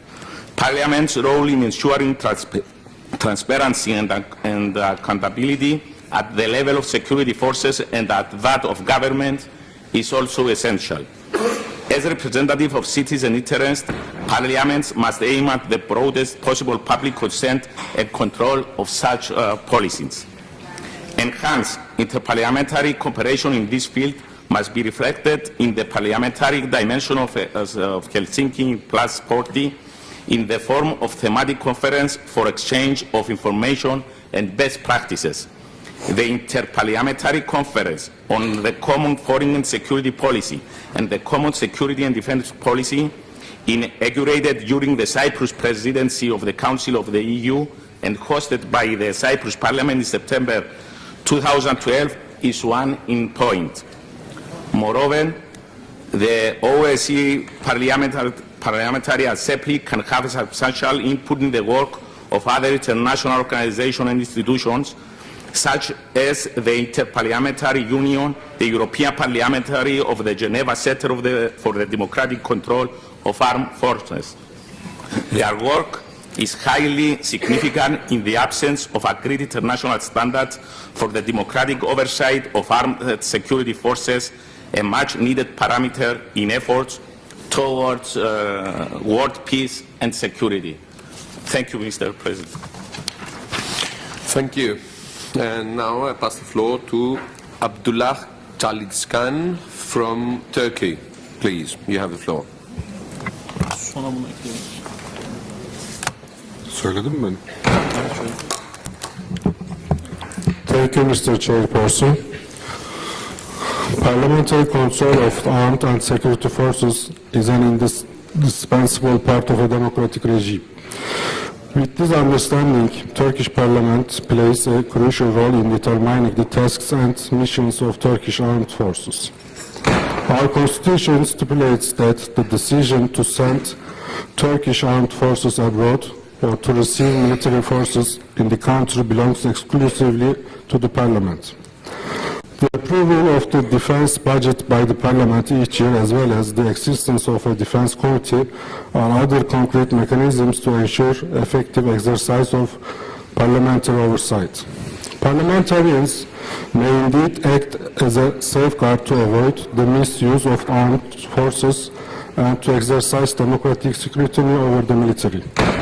In this respect, the OSCE Parliamentary Assembly has a valuable role within the OSCE in keeping issues related to continued parliamentary oversight of security and defense high on the agenda. As expressed by distinguished colleagues, the OSCE Code of Conduct on Politico-Military Aspects of Security, adopted in 1994, is a major instrument to ensure the democratic control of armed and security forces. The most innovative aspect of the code, which is unparalleled in any other international organization, is its objective of regulating the role of the armed forces in democratic societies. Turkey considers the Code of Conduct as an important normative document in the OSCE's political-military toolbox and is committed to the democratic control of the armed and security forces, as well as to the military transparency in line with the OSCE's principles of comprehensive, cooperative and indivisible security. I am also convinced that the Code of Conduct is particularly topical and of special interest to our Mediterranean partners for cooperation. In the transition processes ongoing in many countries of the Middle East, the interactions between armed forces and parliaments, as well as the adherence to democratic values by armed forces, remain crucial. Turkey stands ready to assist the OSCE's Mediterranean partners for cooperation in their interest to get familiar with the Code of Conduct and to support OSCE efforts to promote principles outlined in this key document for security governance. We believe that exchanging our experiences on the Code's implementation with our partners can contribute to their better understanding of its main principles while providing us with additional insight on their individual requirements. The translation of the Code of Conduct into Arabic constitutes a good step in this direction. As a final note, we are pleased that almost 1 year after Mr. Anastasiadis' elections, the months-long effort to finalize the joint statement.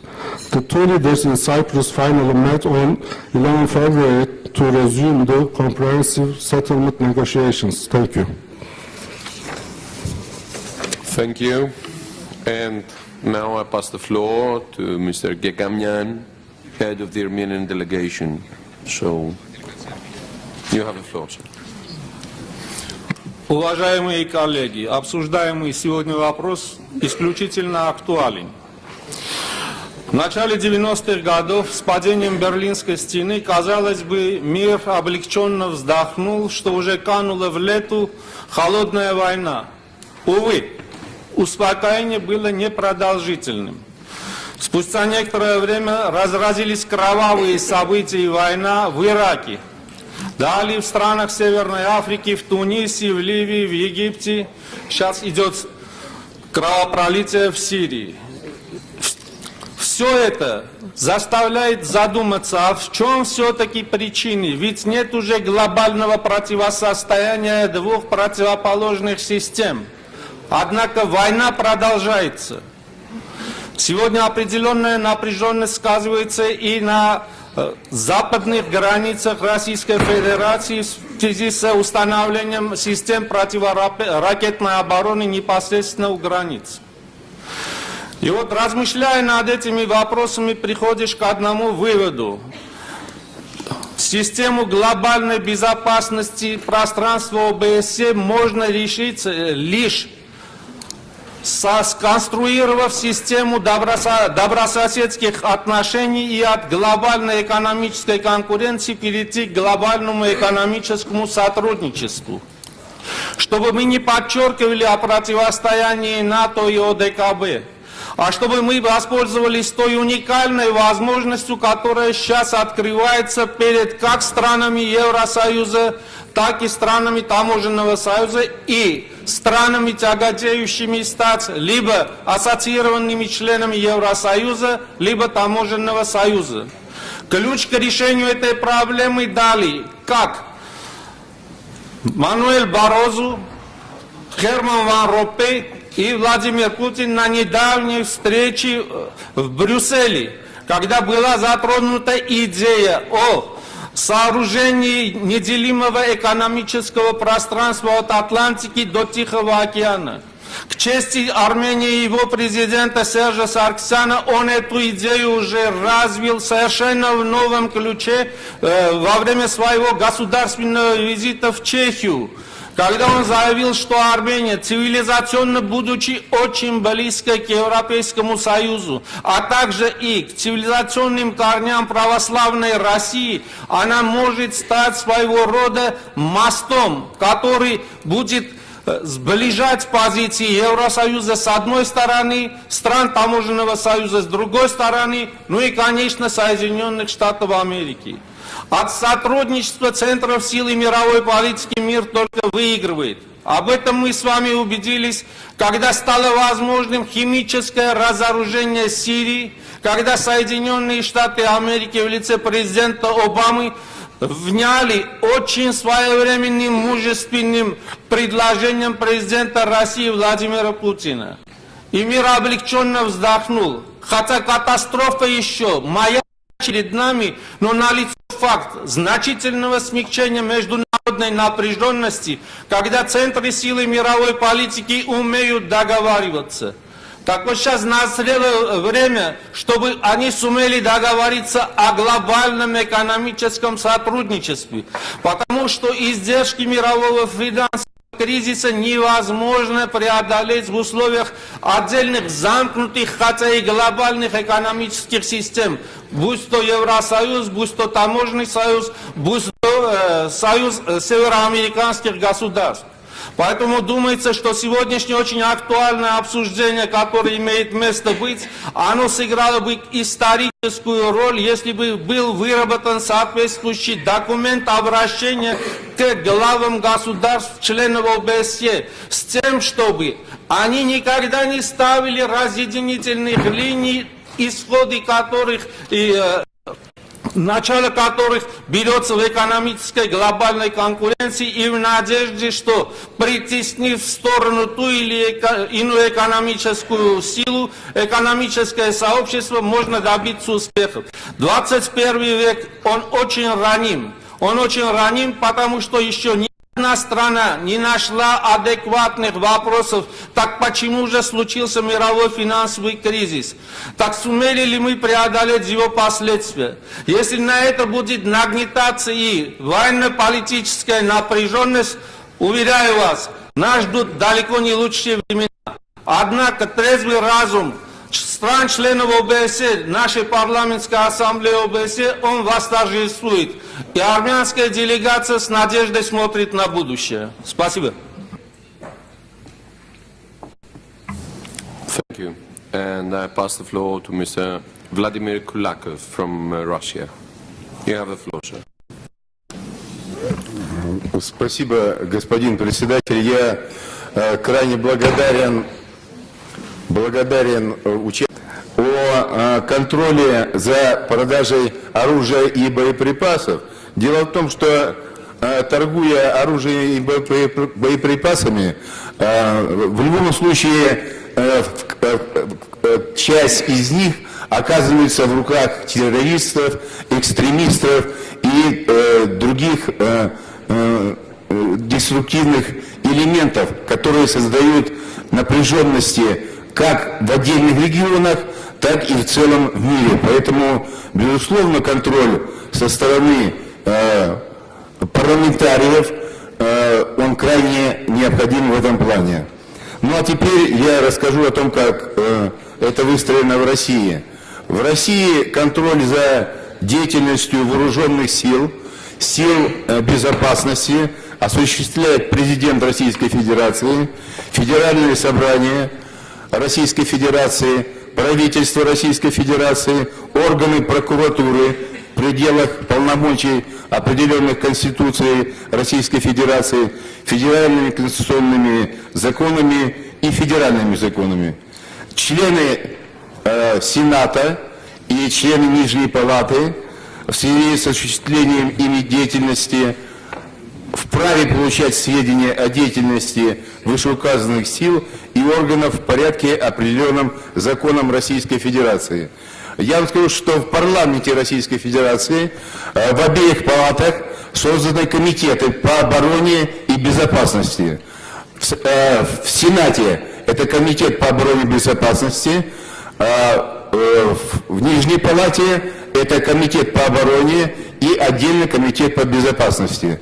Комитеты заседают дважды в месяц, причем беря на рассмотрение своих комитетов отдельные вопросы контроля над вооружением. Такой эффективный парламентский контроль, он очень действенен и, безусловно, влияет на положение в вооруженных силах. Спасибо. Thank you. And now I pass the floor to Mr. Igram Adirbekov from Kazakhstan. Спасибо, господин председатель. Обсуждаемая сегодня тема представляет для нас особый интерес, поскольку наша страна была всегда привержена открытому диалогу по вопросам безопасности и международного сотрудничества в сфере военной безопасности. В настоящее время в Казахстане началась активная фаза реализации долгосрочной стратегии развития страны, в которой в качестве приоритета обозначены укрепление международной и региональной безопасности, реформы правоохранительной системы с усилением парламентского контроля и обеспечением транспарентности в этой сфере. Главная задача оборонной политики нашего государства – это, конечно, выстраивание дружественных отношений с соседними странами, интеграция международной и европейской системы обеспечения безопасности в целях эффективной защиты своей независимости и территории. Здесь следует сказать, что законодательством страны разграничены полномочия главы государства, парламента и правительства в оборонной сфере. И поэтому сегодня в рамках своей компетенции парламент не только принимает законы в сфере обороны, но и также проводит парламентские слушания по вопросам обороны и вооруженных сил, утверждает и контролирует исполнение военного бюджета. Надо сказать, что в военной доктрине страны установлен объем финансирования вооруженных сил 1% от внутреннего валового продукта. Это несмотря на сложную ситуацию по безопасности в регионе Центральной Азии. В контексте парламентского контроля следует также подчеркнуть, что по предложению главы государства парламент страны принимает решение об использовании вооруженных сил для выполнения международных обязательств по поддержанию мира и безопасности. Например, в декабре прошлого года нам было принято решение о направлении военнослужащих в миротворческой операции ООН. Мы приветствуем, что в рамках ОБСЕ ведется постоянная работа по контролю над вооружениями в контексте Венского документа. Он был обновлен в 2011 году в рамках председательства Казахстана в форуме по сотрудничеству в области безопасности. В прошлом году по предложению казахстанской стороны к данной работе были привлечены представители стран-участниц совещания по взаимодействию и мерам доверия в Азии. И здесь, видимо, следует сказать, что Казахстан с 1994 года активно сотрудничает с НАТО в рамках программы партнерства во имя мира. Ежегодно в нашей стране с участием подразделений стран Альянса проводится учение «Степной орел». Все это, я думаю, является конкретным вкладом нашей страны в обеспечение безопасности и стабильности в регионе в духе Хельсинкского заключительного акта. Спасибо за внимание. Thank you. And now I pass the floor to Mr. Adão Silva from Portugal.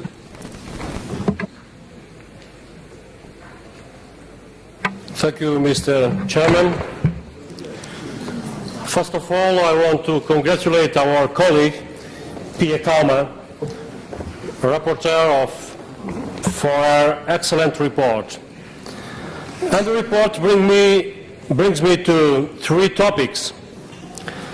First of all, I totally agree with the necessity of an increasing control of the armed forces by national parliaments.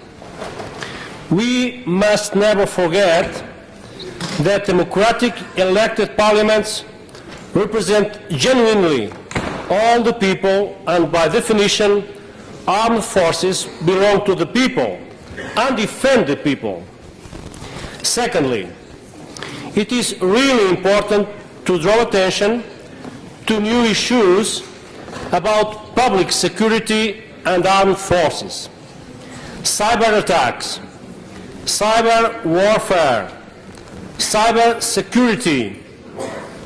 There we have very recent and challenging realities that will shape our common future. Here again, it is important to control by national parliaments. Otherwise, the secrecy of these new realities will overcome the necessary public control, and we can't accept that. 3. About the conflict in Syria and the unrest in Ukraine and Bosnia-Herzegovina, I have the belief that OSCE is an irrelevant organization in dealing with these problems. Particularly about Ukraine, I am very well aware that Mr. Didier Burkhalter, OSCE chairperson in office, met recently President Yanukovych and confirmed the readiness of OSCE to assist Ukraine in the settlement of the current crisis. I sincerely congratulate Mr. Burkhalter for that. But what about us, members of the Parliamentary Assembly? Are we quietly keeping aside? Is the question. I sincerely hope not. Thank you. Thank you. And I pass the floor to Mrs. Vilja Aleknaite from Lithuania. Vilja, you have the floor. Thank you, Mr. Chairman, dear colleagues. First of all, I want to thank all three panelists for very informative presentations, and especially congratulate my dear colleague Pia KAUMA from Finland with an excellent start of your job as rapporteur of the first General Committee. Thank you, Pia. Today, at the opening of our session, we heard references to the commemoration of the First World War and the need not to forget lessons learned. Our discussion on the democratic control of armed forces by the people-selected parliaments is just one small but meaningful step in closing the door for the possibility for the renewal of such worldwide human disaster. Though this discussion cannot take place in the vacuum by ignoring the realities on the ground. First of all, I mean the deadlocked negotiations on the CFE treaty, which clearly show the attempt of some OSCE participating states to bring back Cold War attitudes to the military transparency issues. This approach only leads to alienation and undermines the ongoing Helsinki Plus 40 process. Parliaments could and can play the pivotal role in this regard as the preventive tool, but only when there is a clear separation of powers in the country. I expect that our today's discussion will have positive impact on the national agendas while discussing military transparency issues, and at the same time will be properly addressed in the Helsinki Plus 40 process. We cannot waste this momentum, otherwise history will judge our inaction as it was 100 years ago. I would like also to use the opportunity briefly to touch upon the need to ensure democratic control of the security forces. Ongoing political crisis in Ukraine with registered cases of the excessive use of force against protesters clearly show the need to devote proper attention to this topic.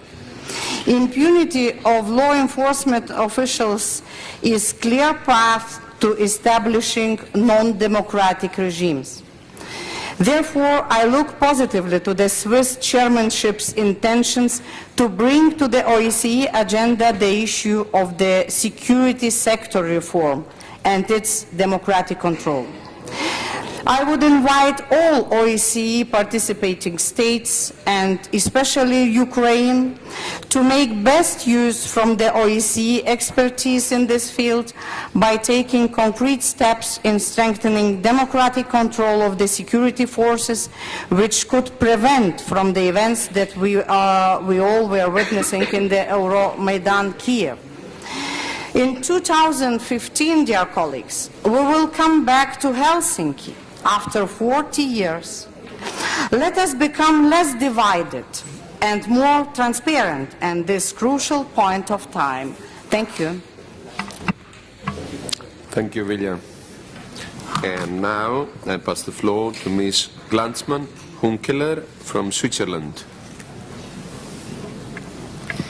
Herr Vorsitzender, geschätzte Damen und Herren, herzlichen Dank für die interessanten Referate heute Nachmittag, die hier vorgetragen wurden. Es war sehr interessant, aus der unterschiedlichen Sicht jeweils die verschiedenen Statements zu hören. Die Schweiz hat die Sicherheit und damit auch den Code of Conduct auf die Traktandenliste ihrer Präsidentschaft gesetzt. Und wir haben von Herrn Oberst CHAUDHURI heute gehört, diesen Nachmittag, wie man dies auch in der Schweiz umsetzt. Frau KAUMA hat heute Nachmittag ebenfalls in ihrer Rede erwähnt, dass die Staaten bei der Sicherheit und der dazugehörenden Transparenz noch vermehrt zusammenarbeiten müssen und dass sie diese Arbeiten noch verbessern sollen. Übrigens ganz herzlichen Dank, Frau KAUMA, für Ihre interessanten Ausführungen. Die Umsetzung des Code of Conduct und der Einbezug aller Kooperationspartner ist ein Instrument, das hilft, der Code of Conduct ist ein Instrument, das hilft, dies auch umzusetzen und um dieses Instrument noch zu stärken, ganz besonders auch durch die Parlamentarische Versammlung, werden wir für die Sommertagung eine Entschließung vorbereiten. Wir danken Ihnen allen schon jetzt, wenn Sie dann auch bereit sind, dort mitzudiskutieren, dort mitzuarbeiten und ganz besonders unsere geheime Waffe der OSZE, wie das Botschafter Kobi Eraki heute Nachmittag gesagt hat, noch zu stärken und noch effizienter auch einzusetzen, um Kontrollen zu gewährleisten. Danke.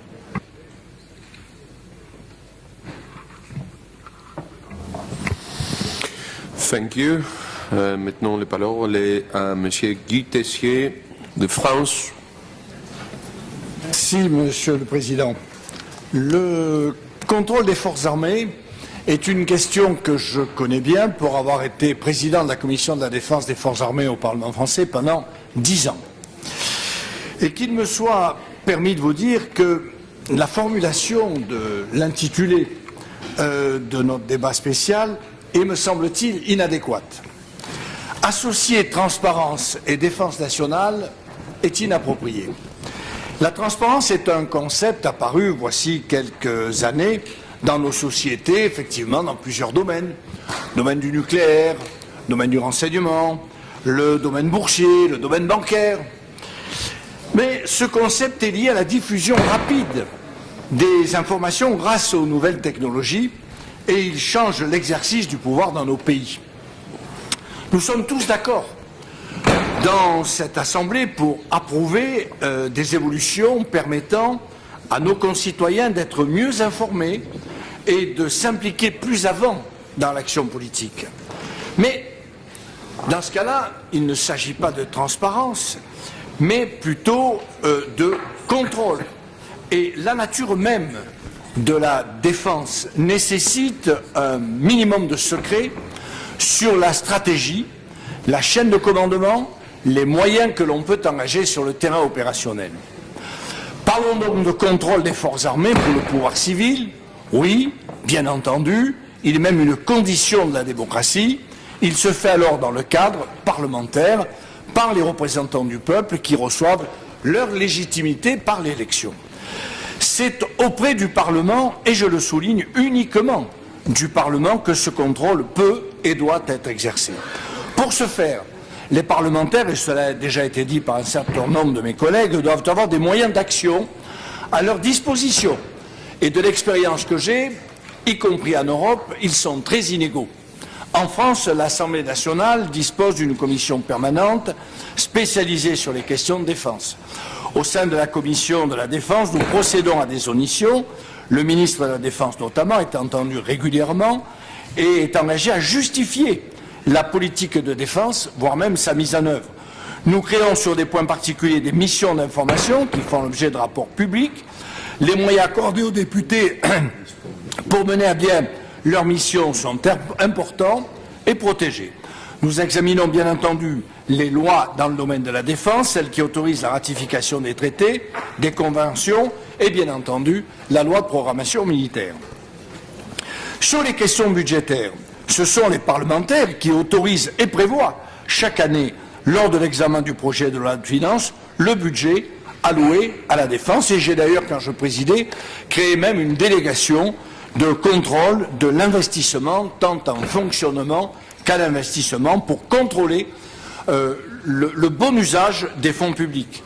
En ce qui concerne l'engagement des forces armées sur des théâtres d'opération, l'Assemblée nationale, dans son ensemble, doit être informée au plus tard dans les 3 jours après le début d'une intervention. Elle ne vote pas à ce moment-là, contrairement à d'autres parlements. Mais c'est le prolongement au-delà de 4 mois d'une intervention qui doit être soumis à l'interrogation du Parlement, ce qui d'ailleurs va être fait dans le cadre du Centrafrique. Et enfin, une délégation au renseignement composée de 4 sénateurs et 4 députés est chargée de suivre l'activité générale des moyens des services de renseignement, qu'ils soient d'ailleurs civils ou militaires. Ces travaux sont couverts par le secret de la défense nationale. Chaque année, elle établit un rapport public dressant le bilan de ses activités. Elle peut également adresser des recommandations, voire des observations au président de la République et chef des armées. Je le répète, ce contrôle parlementaire est nécessaire, plus encore aujourd'hui dans un monde qui doit s'armer face à des menaces de plus en plus violentes et imprévisibles. Mais seul le Parlement reçoit du vote populaire la légitimité de ce contrôle. Aucune autre personne, physique ou morale, ne peut s'arroger le droit de se mêler à ce qui touche aux intérêts fondamentaux de la nation. Il est vrai que certaines associations, des think tanks, revendiquent un rôle de contrôle. Je rappelle qu'elles n'ont aucune légitimité. Dans un passé récent, l'intervention en Afghanistan, les négociations avec l'Iran sur le nucléaire, les menaces terroristes étaient des questions trop fondamentales pour la sécurité de nos concitoyens pour être soumises à cette transparence dont on parle tant. Je l'affirme donc, le secret n'est pas un mal, c'est un bien nécessaire en matière de sécurité. Ne cédons pas à la dictature de la transparence, mais prenons nos responsabilités en tant que parlementaires pour que le contrôle des forces armées de sécurité soit effectif et efficace. Je vous remercie de m'avoir écouté. Merci, and now I pass the floor to Mr. Ferne from Malta. Thank you, Mr. Chairman. 2 weeks ago in this same room, the OSCE Forum for Security Cooperation held an important security dialogue on the Code of Conduct on political military aspects of security. The OSCE Code of Conduct was written 20 years ago in 1994. Today, it is still very relevant, and this Parliamentary Assembly would do well to make its contents more widely known and practiced. In fact, as pointed out by Ambassador Kobieracki, assuring implementation of the Code's article by OSCE country remains a point for discussion. Despite the Code's continued relevance, the world has changed in these last 20 years. Once the need for parliamentary scrutiny of security forces remains paramount for the maintenance of democratic societies, the reality on the ground has changed and is changing daily. Two changes which Lieutenant Colonel Hempel mentioned briefly, but which I feel need to be highlighted, are one, the establishment of private armies, and two, the emergence of big data. This question of cybersecurity in particular needs to be addressed, and the code of conduct must be updated to protect not only sovereign countries from cybersecurity breaches, but also to protect the civil rights of individual citizens. Data mining and storage by private, state and military institutions must be regulated and open to democratic control and parliamentary scrutiny. Transparency in this sphere is still evasive. This lack of transparency has led and has the real potential to lead to further tension between states. Mr. Chairman, I also need to focus the attention of this Assembly to the situation in the Mediterranean. Whilst we recognize with satisfaction the big strides being taken in some countries such as Tunisia, the situation in other Mediterranean areas leaves scope for concern. In this light, I would urge the OSCE to strengthen discussions with the Libyan government to consider including Libya as an OSCE partner for cooperation.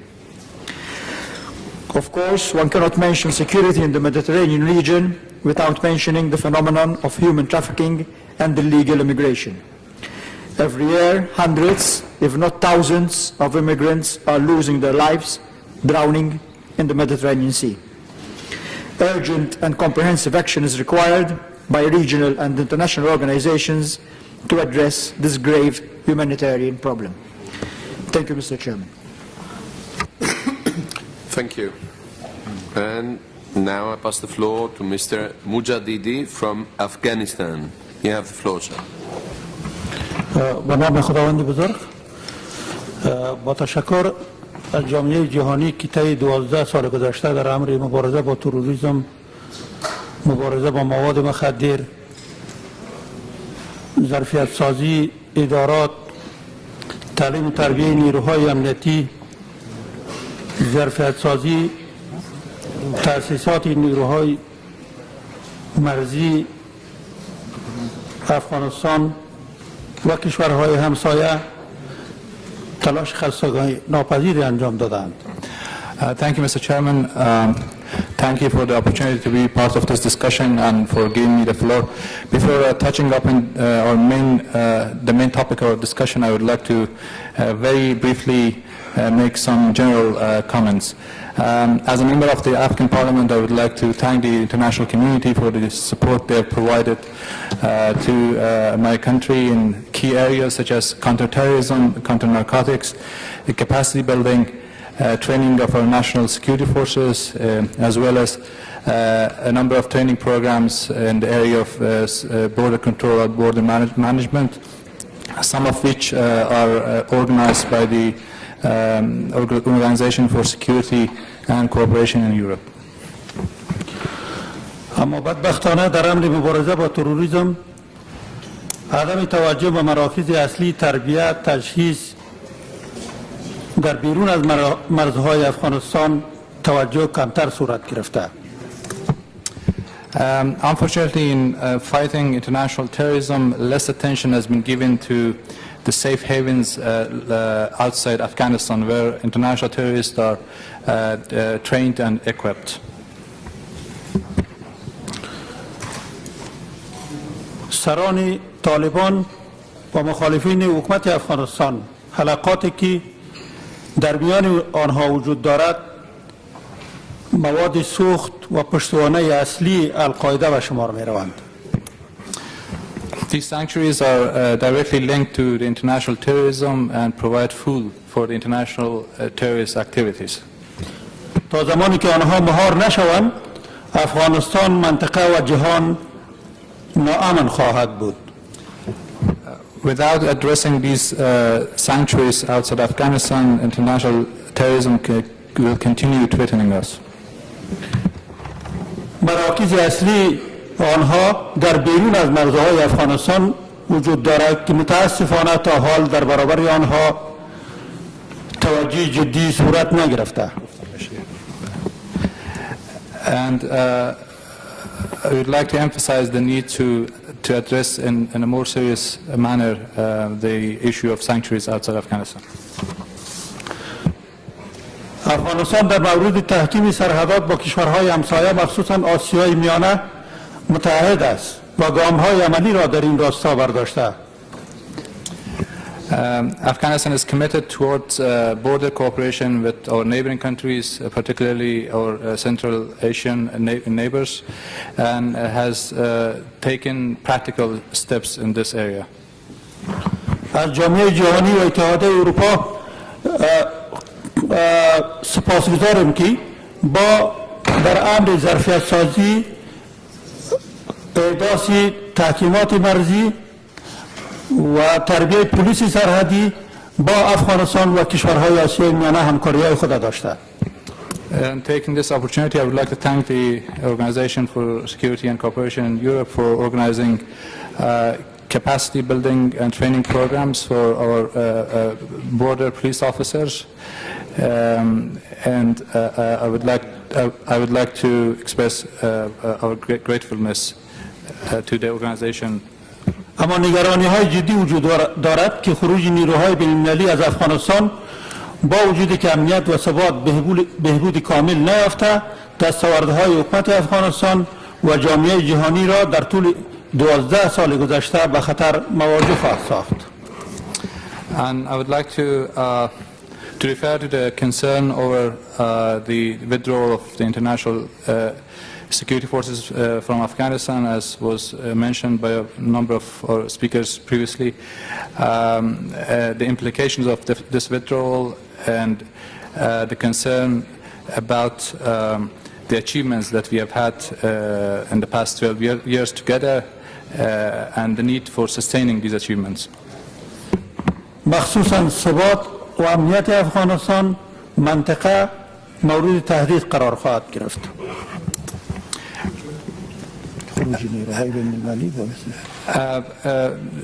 The withdrawal of international forces without continued international support to Afghanistan will definitely threaten the security and stability of Afghanistan and the wider region. پارلمان افغانستان در امر نظارت از نیروهای امنیتی گام‌های عملی را برداشته. چنانچه سلب اعتماد وزرای داخله و دفاع در سال 2013 یکی از گام‌های عملی پارلمان افغانستان است. And coming back to the main topic of our discussion, I would like to reiterate the commitment of the Afghan Parliament in supervising the national security forces in Afghanistan, and the fact that we have had a number of impeachment cases in the past few years in the Parliament related to the security sector is indicative of our commitment towards our supervising role in this area. و این اقدام به خاطر بهبود در حکومتداری خوب و عملی شدن اصلاحات بوده که این امر نهادهای امنیتی افغانستان را در برابر پارلمان مسئولیت پذیر و متوجه ساخته است. And our activities, supervising activities, are aimed at making sure that the performance of our security forces are in line with the benchmarks of the good governance and human rights in the country. And we think and we believe that such a supervising role will definitely contribute to transparency and good governance in the security sector. اگرچه پارلمان افغانستان پارلمان جوان است ولی با آن هم دستاوردهای خوبی ما در جریان 2 دوره پارلمان داریم که تانستیم نظارت بهتری از سکتور امنیتی و نهادهای امنیتی خود داشته باشیم و این امر باعث بهبود در انجام وظایف مسئولین امنیتی و پرسنل امنیتی افغانستان شده. Despite the fact that the Afghan parliament is a young parliament, but we have been able to to do our supervising role in a systematic manner, and this has contributed very significantly to the improvement in the performance of our national security forces.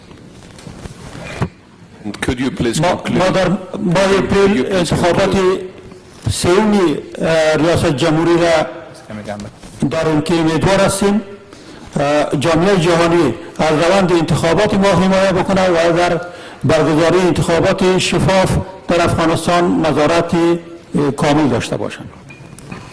In April this year, we will have our third presidential and provincial councils elections, and we hope the successful convening of this election will definitely contribute to the consolidation of democracy in Afghanistan, and we hope that the support by the international community to Afghanistan in various areas will continue in the coming years. Thank you. Thank you very much. Thank you. And I call the floor Mr. General Domenico Rassi from Italy. Grazie Presidente. Faccio una precisazione, tenuto conto che mi ha chiamato generale. Rientra già nel controllo parlamentare perché sono un onorevole, ma come vede senza divisa, perché evidentemente gli ufficiali nel momento in cui si candidano debbono lasciare il proprio incarico e quindi il generale è un vecchio appellativo, ma in questo momento sono un membro della Camera dei Deputati del Parlamento italiano. L'elemento fondamentale su un tema di interesse come questo per l'Italia è costituito dalla nostra Costituzione. La Costituzione italiana all'articolo 11 e all'articolo 52 recita due aspetti principali. Il primo, l'Italia ripudia la guerra come strumento di offesa alla libertà degli altri popoli e come mezzo di risoluzione delle controversie internazionali. Il secondo, l'ordinamento delle forze armate si ispira allo spirito democratico della Repubblica. Ecco, quindi nella nostra Costituzione troviamo un obbligo, ovvero il dovere di organizzare la difesa della patria rispettando la libertà degli altri popoli, uniformandosi alle regole del diritto internazionale e non per ultimo come importanza informando anche l'organizzazione delle forze armate ai principi democratici. Il secondo livello che è costituito dal binomio governo-Parlamento è quello che pragmaticamente effettua il controllo sulle forze armate e sulle forze di sicurezza. Le interazioni fra governo e Parlamento sono particolarmente frequenti. In primo luogo intervengono nel momento in cui vi sono le scelte fondamentali da adottare con provvedimenti di legge che, stante l'importanza del tema, investono quasi sempre proposte del Governo. Così come, per esempio, negli ultimi anni è stato definito il passaggio del sistema professionale della coscrizione a quello dell'arruolamento volontario. Ogni anno il Parlamento poi deve approvare la legge di bilancio, ovvero il buon uso delle risorse che consentono al Governo di perseguire i propri obiettivi politici, inclusi quelli relativi alla difesa e alla sicurezza. Ma il potere di controllo del Parlamento diviene particolarmente stringente quando si tratta di adottare scelte in tema di partecipazione delle forze armate italiane alle missioni internazionali o quando si intende procedere con l'acquisizione di nuovi sistemi d'arma. E in questo caso, infatti, il Governo è chiamato a riferire al Parlamento e solo il Parlamento può autorizzare il finanziamento delle missioni militari, mentre nel caso di acquisizione dei sistemi d'arma il Parlamento può verificare, anzi verifica, che i programmi d'armamento siano effettivamente coerenti con gli obiettivi dichiarati in tema di politica di difesa e di esigenze di ammodernamento periodico delle forze armate. Per ultimo ricordo che in Italia il Presidente della Repubblica, sempre secondo la Costituzione, detiene il comando delle forze armate. Questo significa che a tal fine il Presidente della Repubblica periodicamente presiede un Consiglio Supremo di Difesa che è composto dal Capo del Governo e dai principali ministri e attraverso il Consiglio Supremo di Difesa riceve dal Governo circostanziate informazioni circa le scelte adottate in tema di difesa. Egli può quindi esercitare le sue prerogative e può impedire anche che le forze armate siano impiegate al di fuori dei vincoli costituzionali. Termino dicendo che infine il Governo è tenuto per legge a informare periodicamente il Parlamento sui progressi compiuti dalle singole missioni militari internazionali che possono o meno essere prorogate. Si tratta in sintesi di un'esplicita affermazione del principio generale di controllo democratico delle forze armate e sulle scelte in tema di difesa. Grazie. Grazie onorevole per la vostra contribuzione. And now we concluded the list of speakers, and I'll give the floor to our guest speakers to respond to some comments if they want to make. So first I'll give the floor to Mr. Chaudhuri. You have the floor, sir. Thank you, Mr. Chairperson. It was a tremendous experience to witness such a support for the Code of Conduct and the democratic control of the armed forces by so many delegations and by so many honourable parliamentarians. It's also interesting to see different examples where successfully this code or the principle has been applied, where you have shown us the democratic control is ensured. It's also interesting to see that there are areas where we have to go, which are not yet covered, which are not yet regulated. And this is actually an indication that the path we choose to go has some successes, meaning awareness raising and dissemination were successful, but also that that we need support and encouragement to do more, to address new areas, as it has been shown by many examples, and that we will go this path together. Let me also thank to Malta, who is now the chair of the Forum for Security Coordination Cooperation, which actually made the Code of Conduct also a prominent topic within that forum. And I also welcomed my own parliamentarians that they support and make an initiative towards a resolution. Thank you very much. Thank you. Thank you. And I'll give the floor for his comments to Lieutenant Colonel Detlef Hempel. You have the floor, sir. Vielen herzlichen Dank, Herr Vorsitzender, meine Damen und Herren Abgeordnete.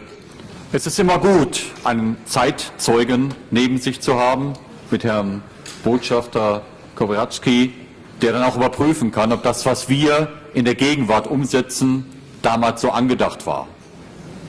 Ich glaube, wir haben es umgesetzt, denn ich glaube, es ist uns gelungen, Sie für dieses wichtige Thema zu sensibilisieren.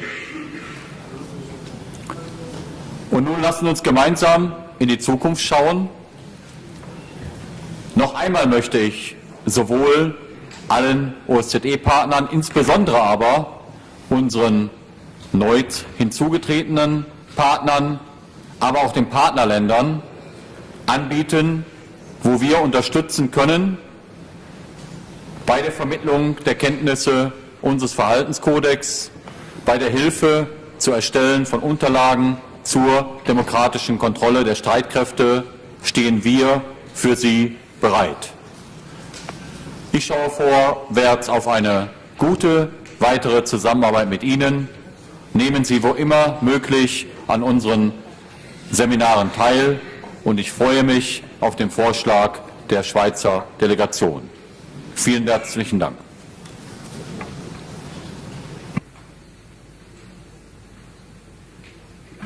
Thank you very much. And now I give the floor for his closing arguments to Mr. Ambassador Adam Kobieracki. Ambassador Adam Kobieracki.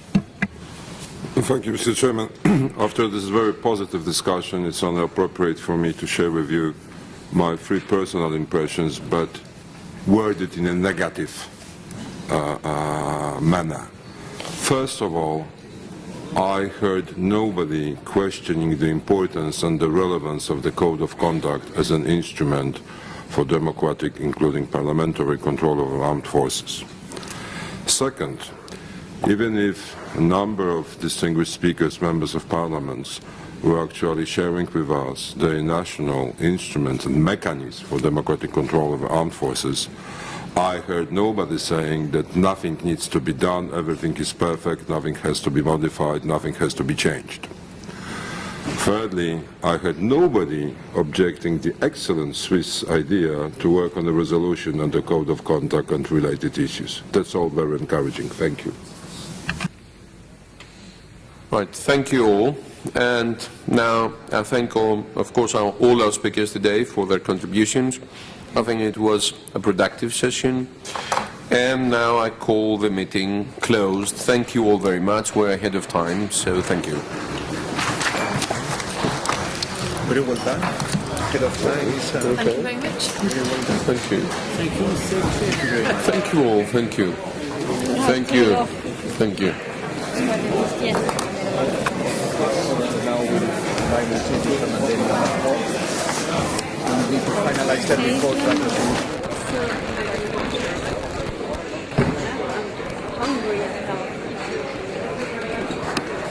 Oops. With my camera.